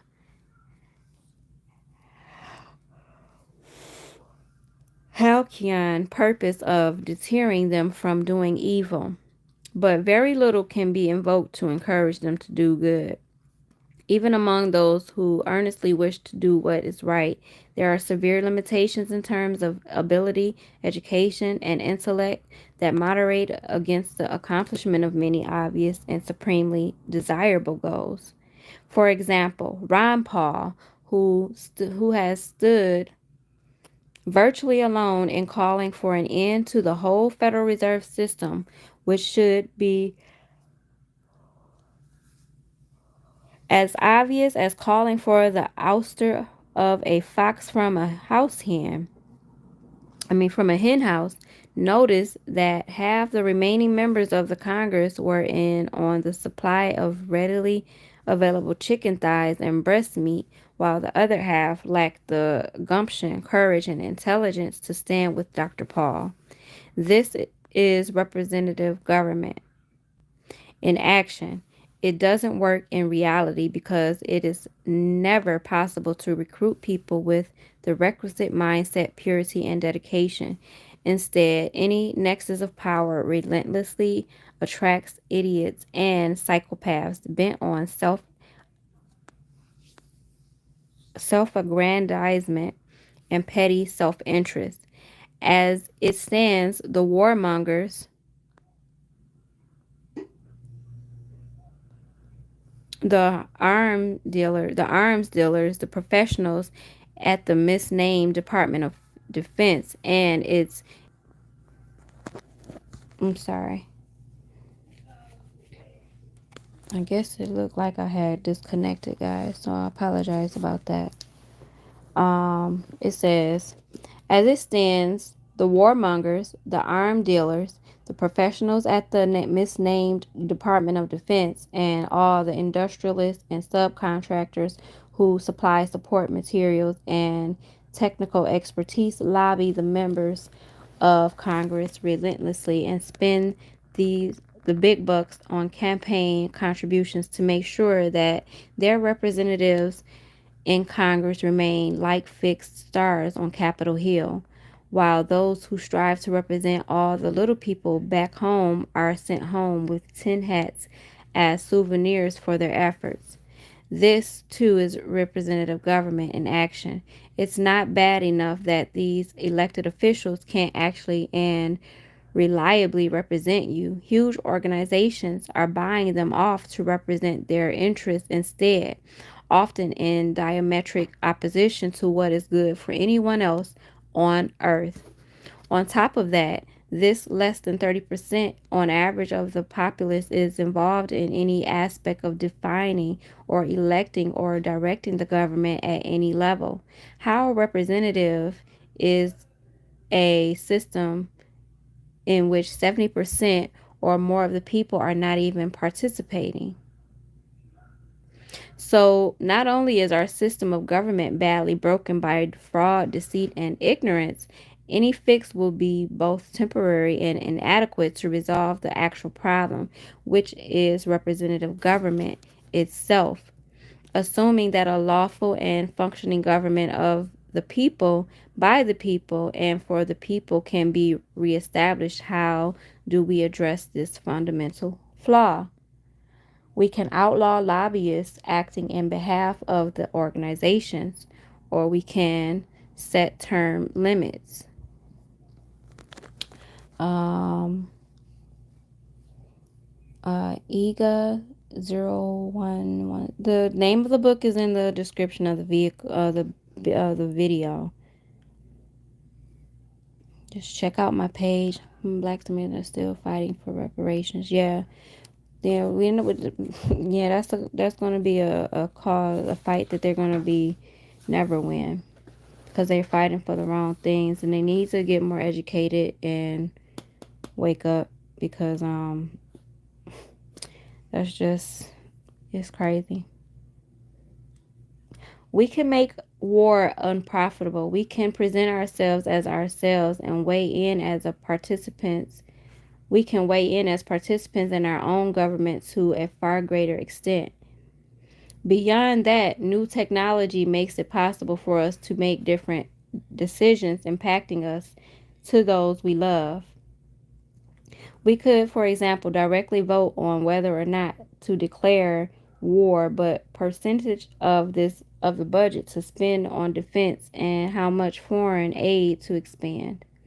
We could hold a once a year national referendum setting the basic framework for government spending and imposing our priorities upon our servants instead of letting them run rampant with our credit cards at the behest of lobbyists. By presenting ourselves, we can put an end to the farce and fraud of being represented and stop being helplessly dependent upon others to be honest and conscientious about their duty to us. Absolutely. Going forward, to make an end is to make a beginning. The end is where we start from. Inspector Morse. We are at the end of a dark and desperate and dishonest time in America. What we make of it is from here. What we make of it from here is ours to say. The Civil War, the First World War, the Second World War, and all the other wars of profit, all the other wars for profit that have been heaped on our weary heads and through our gullibility visited upon the other nations of the world at the behest of bankers, lawyers, and politicians must at least come to an end.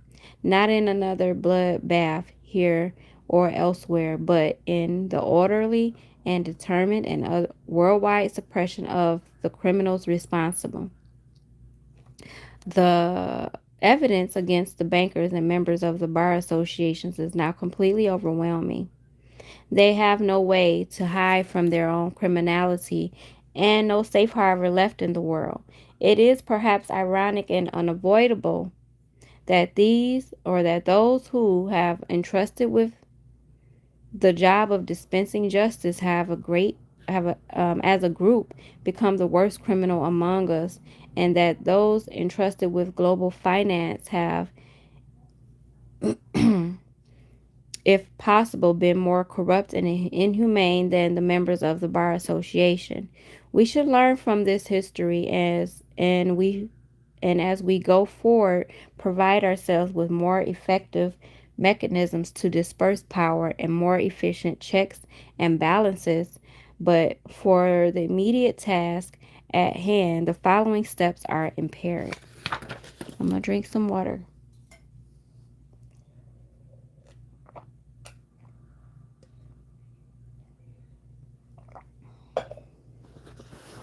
So it says, number one, force members of Congress to either occupy the public offices that they were in good faith elected to serve and to accept their accountability as deputies serving as fiscal officers of the continental United States or the continental states, or otherwise admit their allegiance to foreign government and corporate interests and release all pretensions of claim, interest, and authority related to us and the land jurisdiction of the several states.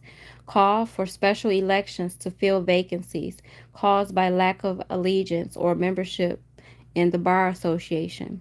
Number two, require the members of the actual Congress acting as deputies of the continental states, which are and have been at peace for 150 years, to formally declare peace throughout the American dominions. 3. Require the members of the properly seated United States of America in Congress assembled acting as deputies of the continental states to reinstate the Coast Guard as a completely civil maritime detachment under separate command, specifically charged with responsibility to prevent inland piracy and press ganging on our shores.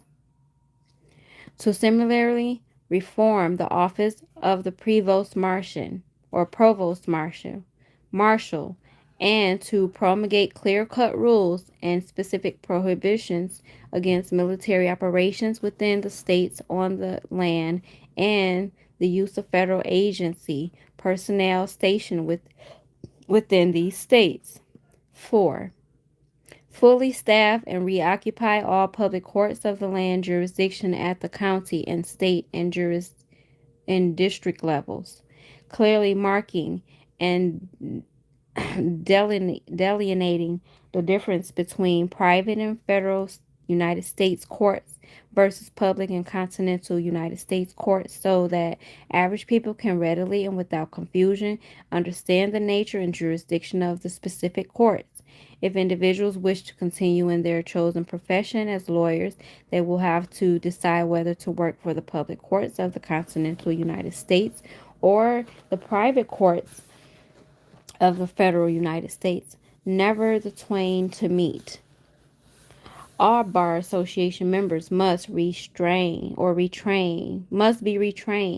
to thoroughly understand that neither they nor their courts have any jurisdiction whatsoever related to American state citizens, nor their private property assets, that their courts are not competent to function under Article 7, and that they may not hold any public office serving or related to the continental United States while holding any title bestowed by a foreign government, including esquire.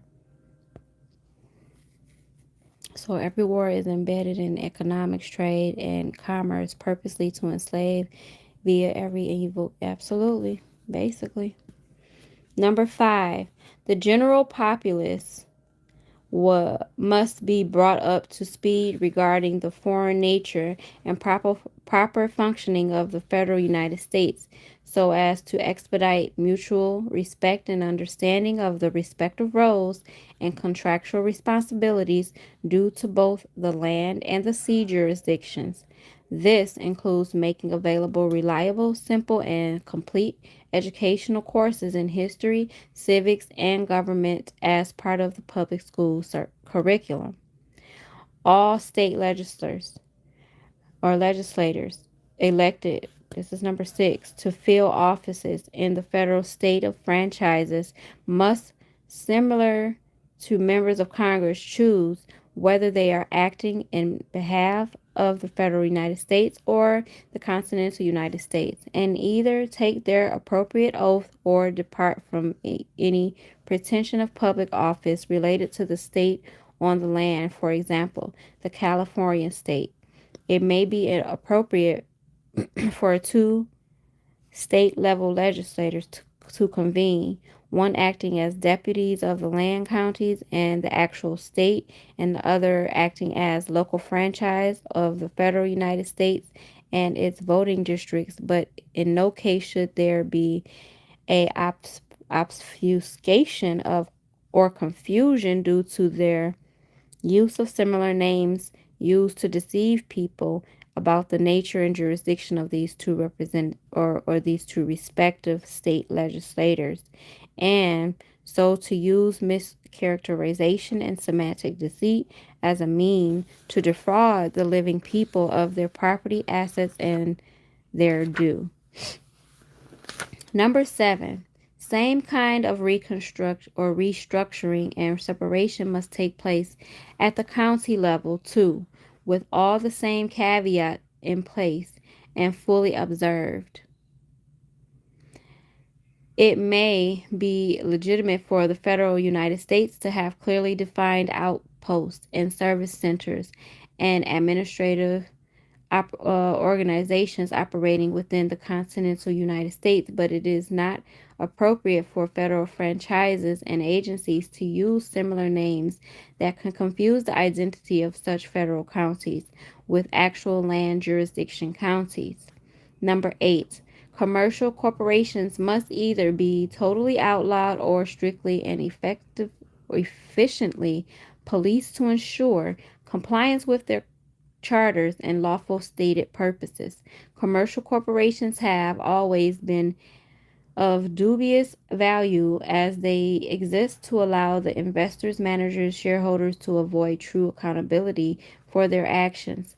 These structures, it has been claimed, promote private investment in the capitalization of new technology and infrastructure, but it can also be claimed that such privileged organizations more often make use of their relative immunity from prosecution to divulge in reckless, immoral, and even criminal behavior, serving to suppress competition, cheat consumers, and poison the environment without bearing full liability for their actions. The system of private insurance, which predates the rise of modern corporate structures by hundreds of years, was a sufficient protection for investors and shareholders to capitalize modern industry throughout the world without recourse to any corporate veil, and it continues to be employed by virtually all incorporated entities. So we are left with the deduction that a corporate charter is little more than a license to lie, cheat, steal, pollute, and commit other crimes and get away with it. This being the apparent reality of our current experience with governmental services corporations providing substantial proof, we must ask ourselves what purpose, value, or benefit do commercial corporate structures offer society as a whole? Would we not all be better off to force commercial ventures to assume full commercial liability for their acts? Number 9, escaping accountability for one's acts is a hallmark of criminal intent. And from our direct experience with modern commercial corporations, we have seen that intent realized. One possible answer would be to make corporations charter in local communities and be held directly accountable to the people of those communities. Another answer would be to limit the size of the of the corporate entities so as to avoid monopoly prone markets dominated by multinational conglomerates. Whatever we do and whoever we go forward or however we go forward, it is important for America and the rest of the world to face up to the problem that commercial corporations create for human societies and economies when they are not well regulated. The man in the mirror.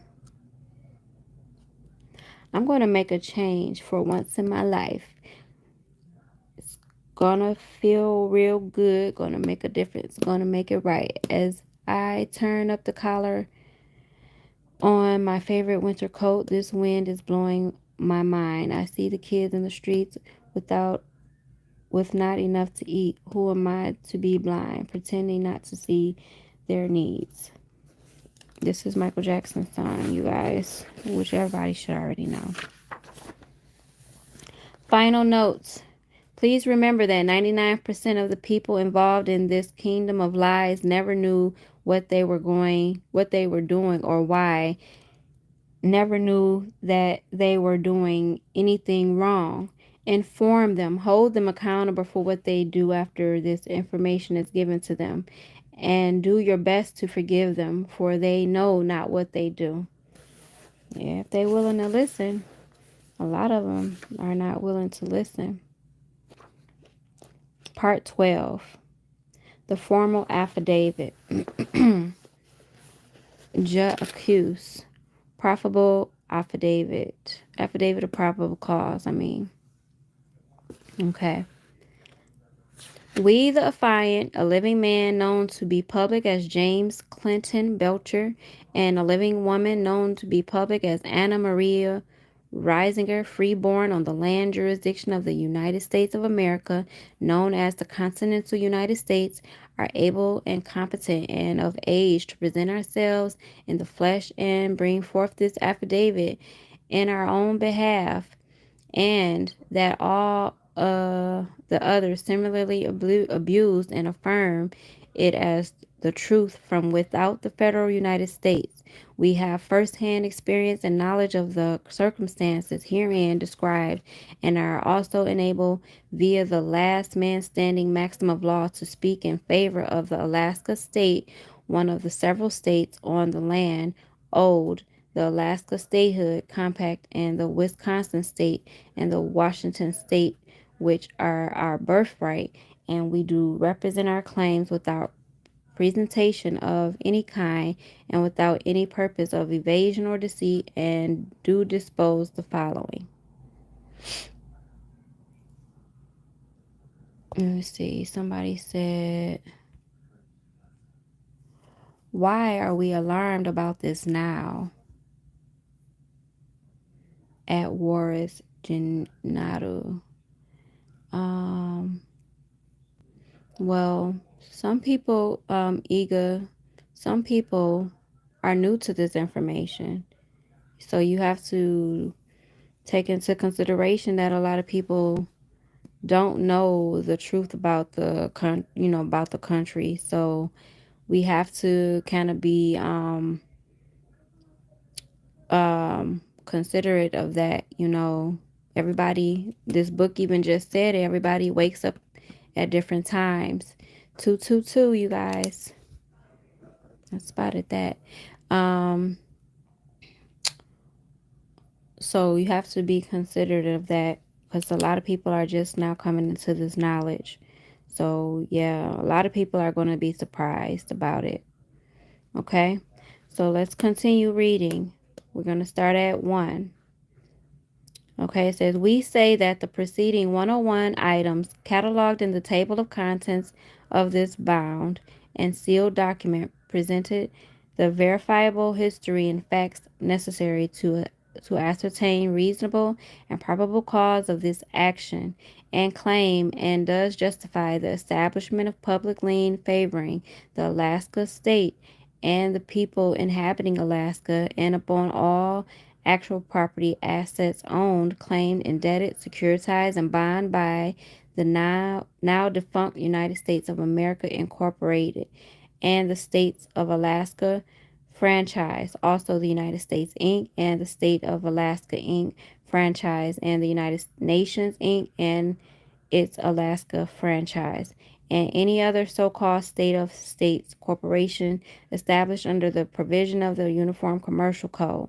We likewise affirm that similar public lien and interest is owed to all of the 50 states of the land jurisdiction belonging to the states of America, and the United Colonies of America, such as the Wisconsin state and the Washington state, and the people inhabiting the land thereof. This is important because without a thorough and fairly detailed grasp of the history and public records and issues of public interest involved, it is impossible to understand the basis and necessity of the public lien being established. 2.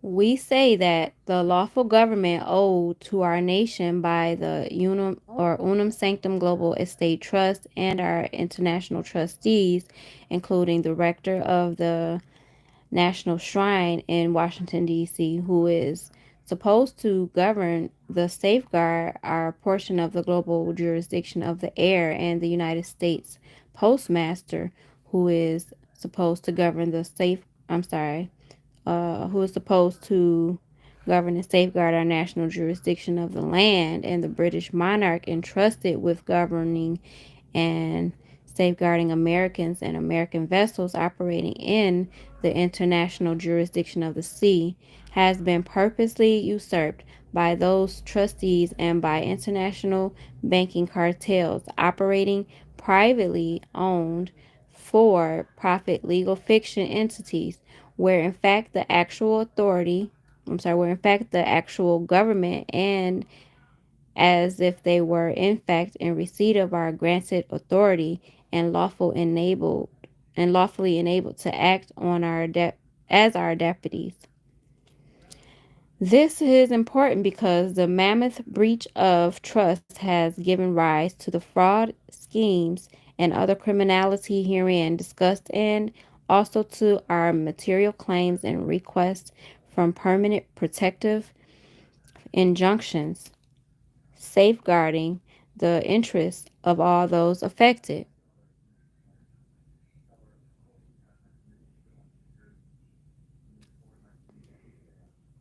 We say that we are our parents and our grandparents and our children and our grandchildren and all our estates and land and businesses and homes, together with our bodies and labor and other natural resources and assets, both material and immaterial, including our most fundamental natural rights, have been plundered and harmed as a result of the history and facts presented herein. This is important because as our individual estates have been commandered and plundered, the war of the entire planet has suffered as a whole. It is also important to establish our own standing as injured parties. We have been misrepresented and denied remedy due, and most recently extorted and threatened at gunpoint. 4. We say that we have been misrepresented and mischaracterized and defrauded by people and by institutions, including foreign governments and banks and governmental services corporations that owe us friendship and support and good faith service. Those who have assaulted and press ganged us into the foreign international jurisdiction of the sea were successors to the contract, including solemn trust indentures and international treaties and commercial service contracts, including the Treaty of Paris, 1783, the Treaty of Versailles, 1784, and the Treaty of Westminster, 1794, the Supreme Perfected Declaration of the United States, or the United Colonies of America, 1787, and the Constitution for the United States of America in 1789, and the various trades and defense and mutual support agreements since then, too numerous to list. This is important because we have good cause to trust the offenders and to rely upon their goodwill, honesty, and intent. Number 5, we say that we have suffered personage and barbarity and unprovoked attack from the members of the American Bar Association, which has enacted in the role of an organized crime syndicate and operated private so-called administrative courts, which are corporate tribunals, as if they were public courts, and have them use semantic deceit as a means of promulgate to promulgate this fraud and deception upon the American people. The membership of the American Bar Association has preyed upon the people of our country in the guise of undeclared foreign agents and inland pirates seeking the overthrow of the land jurisdiction agents and inland pirates seeking of the constitutional United States, and in defiance of the Constitution for the United States of America, and in breach of the treaty allowing their presence on our shores. They have also breached their Bar Association charter by mischaracterizing living Americans as mental incompetents and wards of the state and federal employees, and in various other false personas. This is important because it shows a widespread pattern of willful and purposeful abuse that cannot be explained away as the result of individual ignorance or tax law procedure, and because the members of the bar associations cannot be presumed to be acting in ignorance of their own charter and treaty, much less the basic requirements of the Constitution governing the land jurisdiction of the continental United States and public law. How y'all doing in the chat? That's a lot of reading. Once you read the book in its entirety, you will know why. Absolutely. Have y'all read The American Rights of Indigenous People? Yes, UNDRIP.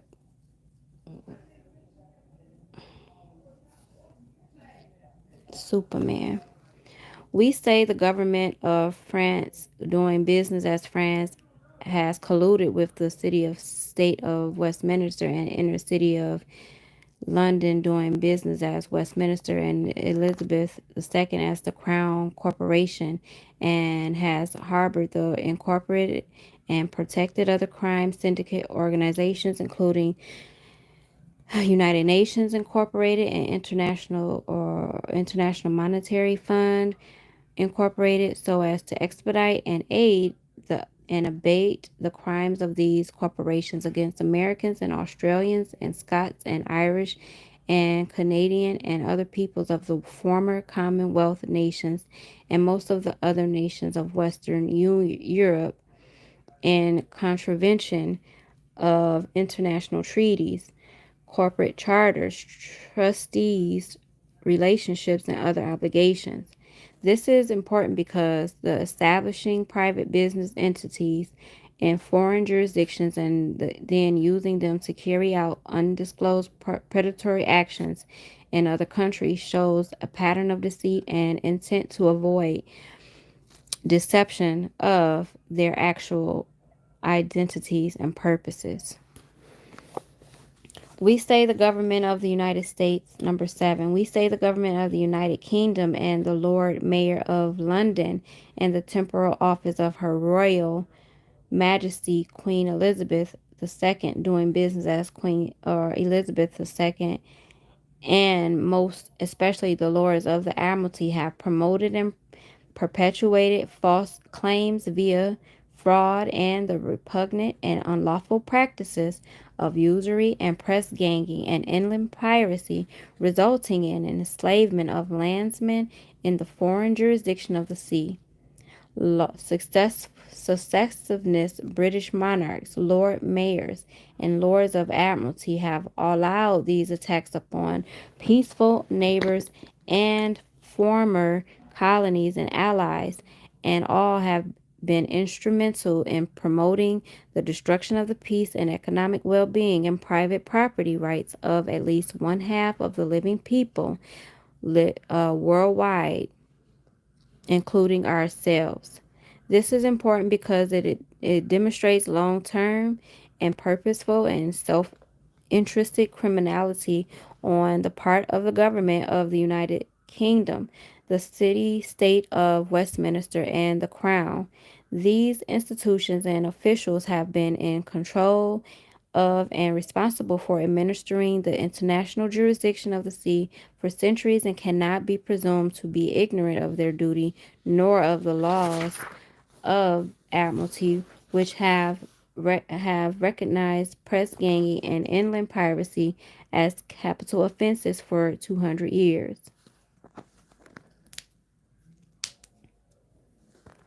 Okay, number 8.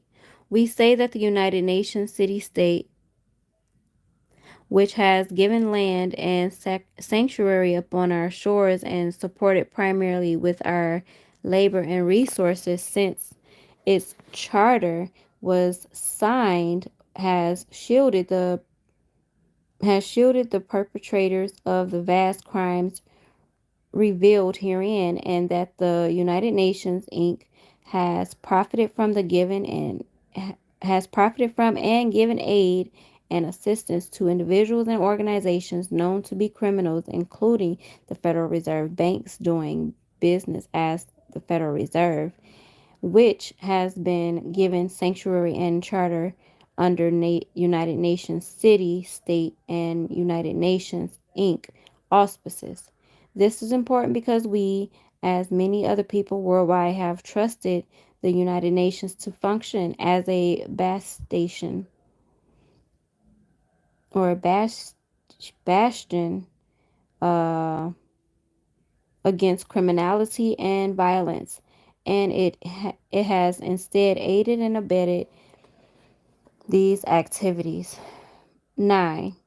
We say that the Swiss government also culpable in harboring, aiding, and abetting known international crime syndicates, including the World Bank and Bank of International Settlements and Federal Reserve Banks and the International Bank of Reconstruction and the Swiss, where am I at? And the development, which have all taken profit and advantage from the destruction of war and pillaging of innocent people's private property. This is important because the Swiss government and the centuries, I'm sorry, because the Swiss government and the Swiss banking industry have been respected worldwide for centuries for their expertise and high ethical professional standards. Their failure to address the perpetrators of bankruptcy fraud and securities fraud on such a massive scale again demonstrates a pattern of willful deceit and collusion that cannot be explained away on the basis of ignorance or inadequate procedure.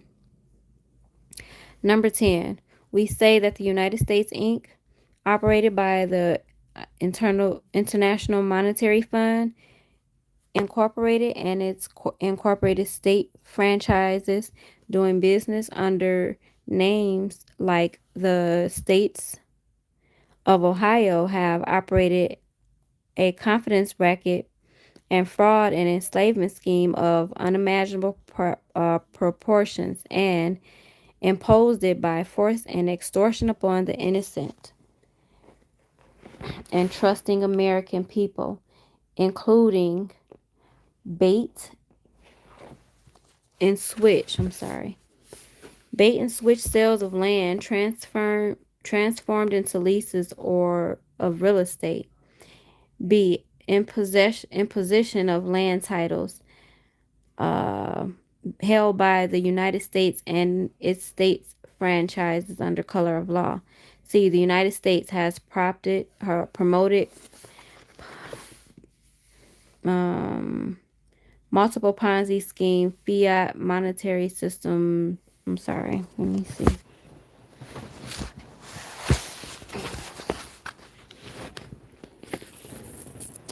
It says,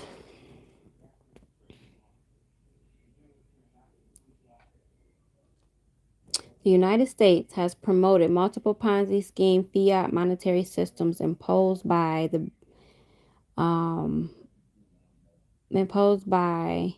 or imposed in breach of contract and trust upon the American state citizens. D. The United States has operated reverse trust schemes against the estates of individual living Americans. The United States has abused the rights of usufruct and has employed them against the American people and their private and public property, American assets carried about by systematic entrapment and probate fraud, exercised by systematic or semantic deceit and non-disclosure. The United States has foreclosed or forced sales of United States corporate services under the false pretense that receipt of these services or enrollment in these so-called benefit programs was mandated by the lawful American government. The United States has routinely and self-interestingly kidnapped individual Americans into the foreign jurisdiction of the international commerce and maritime law and subjected them without granted authority.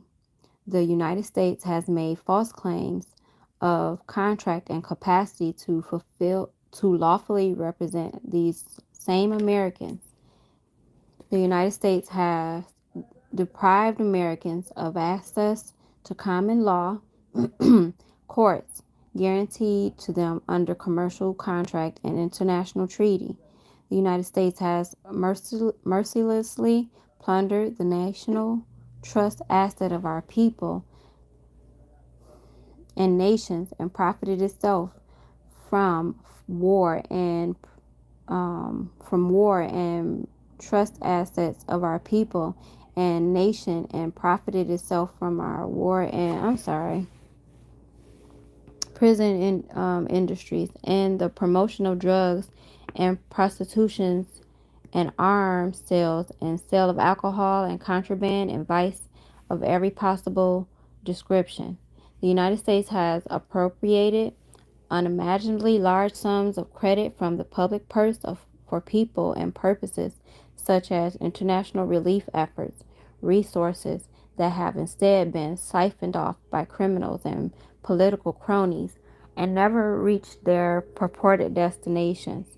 The United States has served as a vehicle to spread war for profit throughout the world and both by act and omission has served to create endless war and conflict. The United States has lied incessantly to the American people and carried out sophisticated and unprincipled propaganda campaigns designed to make them believe that slavery is freedom and poverty is wealth and predation upon private assets is the price of being kept safe from the false flag attacks carried out by the predators or perpetrators against the American people. The United States has knowingly promoted, faked, and politicized scientific data and promoted scientific theories known to be false in a prolonged effort to justify taxation to further enrich itself. The United States has recklessly pursued destruction of the American dollar's reputation and value by substituting U.S. dollars and Federal Reserve notes and Puerto Rico or petrodollar exchanges for American money and bilking the entire suspecting world. The United States has established oppressive and unlawful monopolies and self-interested regulatory controls upon basic commodities and services. The United States has openly practiced peonage, press ganging, and enslavement, including enforced registration for selective service, military draft, and has used criminalization of basic natural rights as the means to implement its control of the bodies and minds of individual American state citizens. The United States has pursued additional forced registration of many private property assets, including automobiles and livestock, and even activities such as operating machinery so as to claim false ownership and controlling interest in these assets and activities as a basis to raise ongoing revenue and hypothecate more debt against the American people and their private property.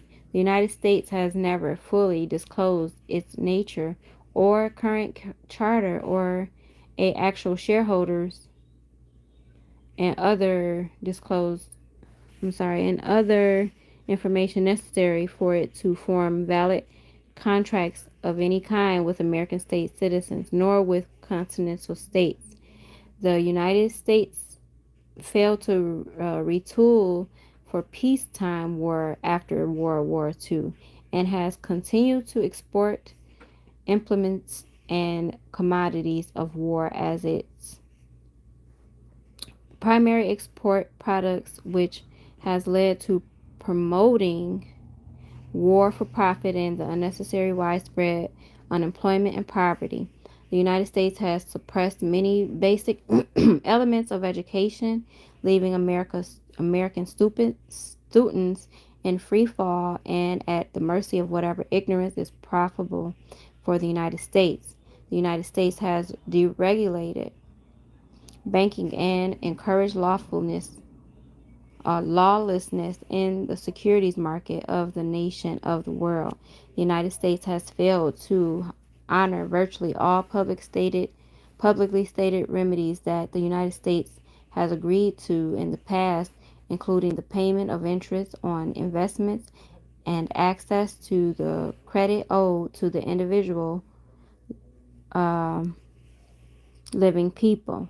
The United States has obligated the American people to numerous trade and treaty agreements which openly victimize them and plunder their assets for little or no equitable consideration in return. The United States has acted as a criminal syndicate for decades and has misused the trust of American people and their assets to wage war and genocide against other nations throughout the world. We say that the United States and its parents corporation IMF deserve to be liquidated and that their joint assets must be returned to the rightful entitlement holders and their profits which be dis- distributed to their priority creditors. This is important because without a widespread and public recognition of the evil done by these corporations and all equally public repudiation of their criminality, is impossible to sustain any basis for trust, trade, or public. Number 11. We say that the former Federal Reserve System and the current Federal Reserve and its respective front organizations doing business as the United States of America, Inc. and the United States of America, Inc. are guilty of all the crimes, the same crimes as the United States, cited as A to Z above, plus they bear the additional oneness of being the original perpetrators of this criminality.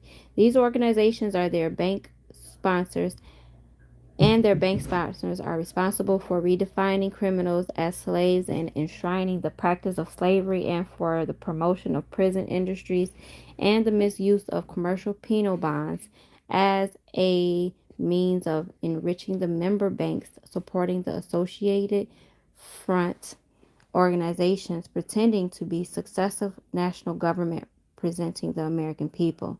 We say that the United States of America Incorporated have already been shut down and its assets redistributed to other corporate entities which with which it acted in collusion to siphon off the assets and profit owed to the American people, and that the credit and interest owed to American people and uh, that the credit, mischaracterized as the national debt, has been handed off to the Internal Revenue Service, U.S. Department of Defense, Finance and Accounting Services, and the North American Water and Power Alliance.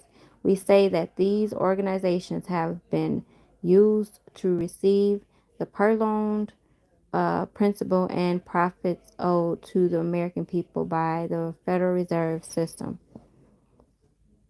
under the false pretense that they represent the American people as fiduciaries, and that in fact they have misappropriated the credited funds under distribution to spawn another private fiat monetary system and continue the enslavement and purposeful mischaracterization of the American people and the continental United States. This is important because it demonstrates again a purposeful and long term and malicious conclusion to deceive. Oh, goodness. Come on now. To deceive and deprive the priority creditor of both the Federal Reserve System and the IMF. Number 12. We say that these incorporated organizations have been misused to convey stolen assets and promote misappropriation of public and private trust funds, and that they must be liquidated, and the credit and assets that have been purloined must be returned to the American people and the American states on the land as the priority creditors, and that the American people are owed all good faith vested in the global estate trust and the other nations of the world to come to their assistance and help them bring an end to this fraud, which has their assistance and help them bring an end to this fraud which has engulfed the whole world. This is important because the criminality of these banks and of the governmental services corporations these banks have employed as fronts has extended tentacles to the furthest reaches of the globe. Such vast criminality cannot be defeated by the efforts of one, 10, or 20 nations. Then the history of the United States exposed by this affidavit has been replicated as in from a common playbook in country after country throughout the world, and it has had the same results that must be addressed as a global community and resolved in favor of the living people. Number 13, we say that the only valid equity contract existing between any of the several continental states and the federal United States is the original equity contract known as the Constitution for the United States of America, and that no authorized deputies of ours have created or contributed to this criminality.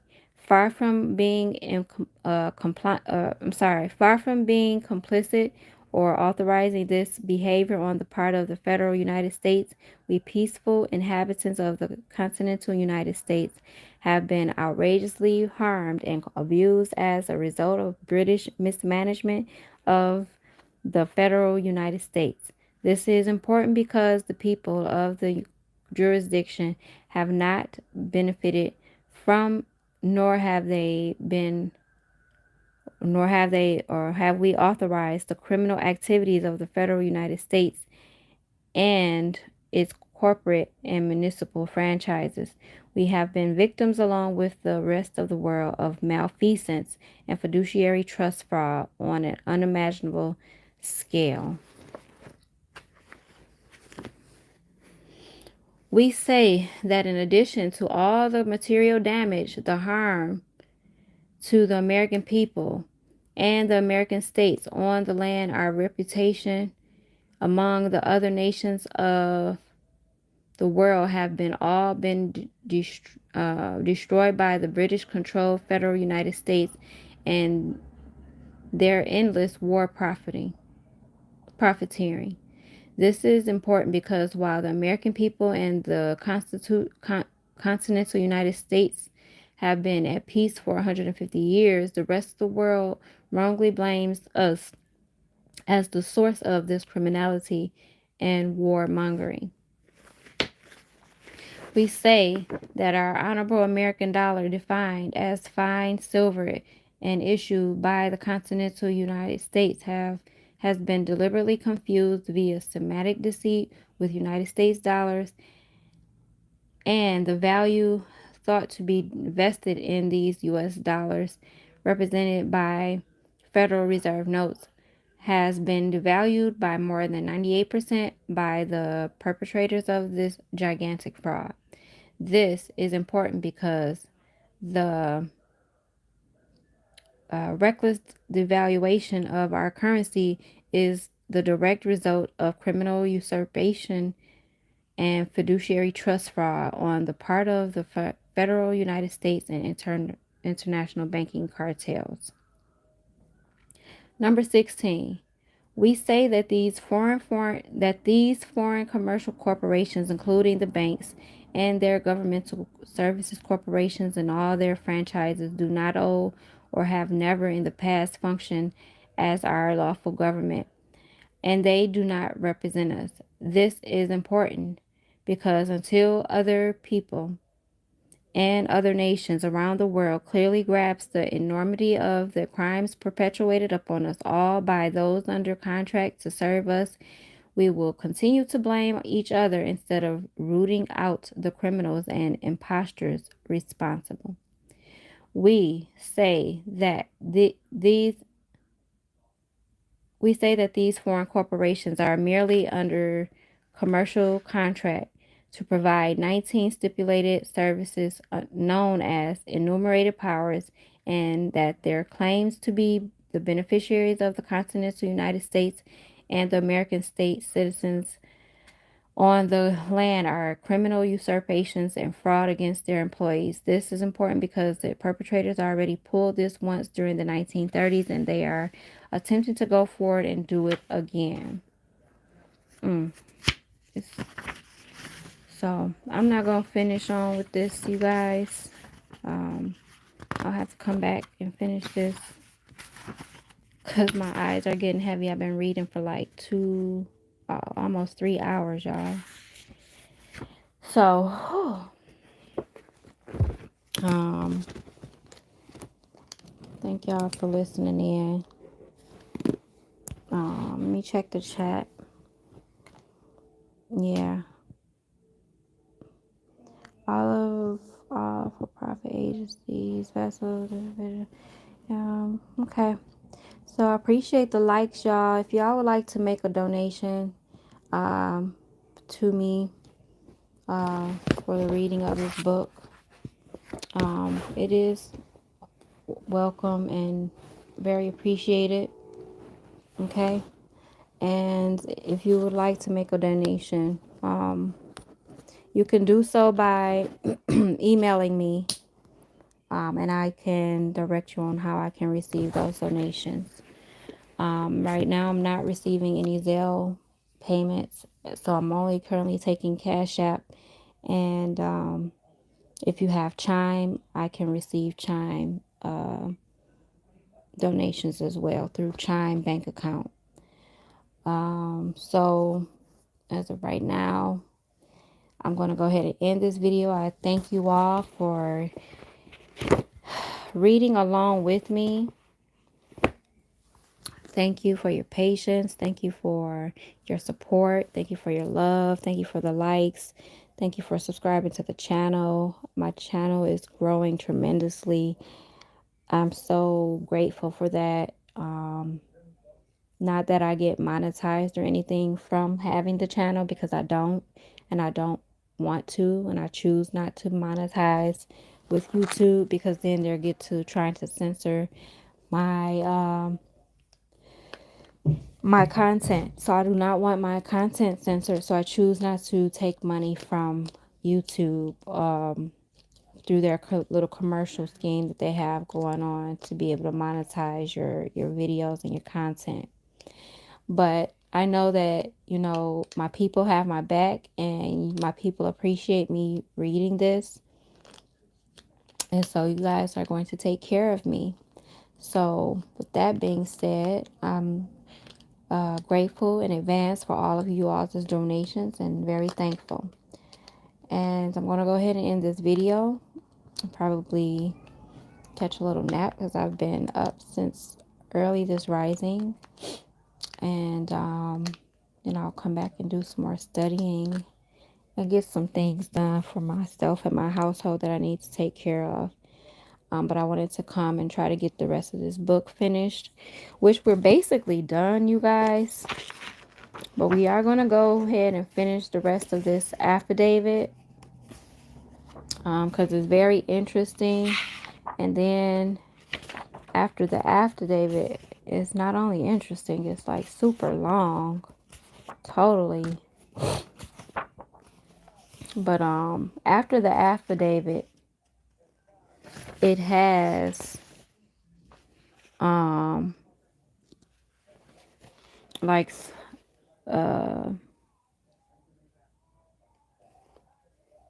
so this affidavit was signed, it was notarized, okay, and they sent it out to all of these people here. All of these people received this affidavit, okay. And so that was a very, very long document, okay. United Colonies of America today. You might want to get a screenshot of that. Then it has the Dun and Bradstreet numbers for all of the U.S. corporations. Now, I don't think these are still in effect because the United States has been dissolved and they're operating under a different name now.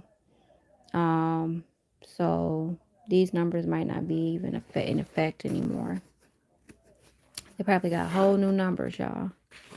But they ass is trying to be slick, trying to deceive the people, but we own to their ass. The basic fraud process. So yeah, we're gonna come back and read these appendixes tomorrow. I don't know. I don't think I'm gonna finish this this affidavit. Okay. But if you have the book, you can read it on your own. But I definitely want to like go through these appendixes. It's really just a couple of pages actually. So if you guys want, you can just take a screenshot of that and read it on your time. And then when I do come back, we're going to get started on the asset protection book as I promised. Okay. Because we should pretty much by now have what was done to us down packed. And now we got to go into how to correct it for ourselves. Okay. So you can get a screenshot of that. I'll move my hand. Okay. And then this is the financing statement that was submitted back in I think 2013. Yeah.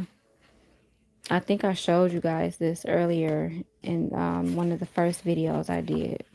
But that pretty much completes this book, you guys. So what we're going to do is go ahead and get started with the asset protection book. We'll get started with the asset protection book. What's the next book you will be reading, Mother Shay? Asset protection. Yep. Let's see. This book here. Asset protection. So we're going to be starting with that when I come back, maybe tomorrow or the next day. It depends on how much work I can get done. Okay. So if you have this book, get prepared to read this book with me, okay? And we're going to go through that.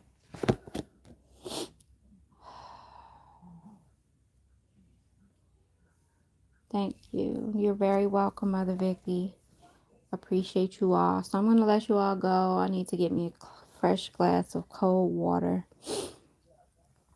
I got cotton mouth now from all that reading and talking for 3 hours straight almost. So, again, I thank y'all. I appreciate y'all. Y'all have a blessed, wonderful day. And I will see you all on my next video. Peace and love to you. Ashe.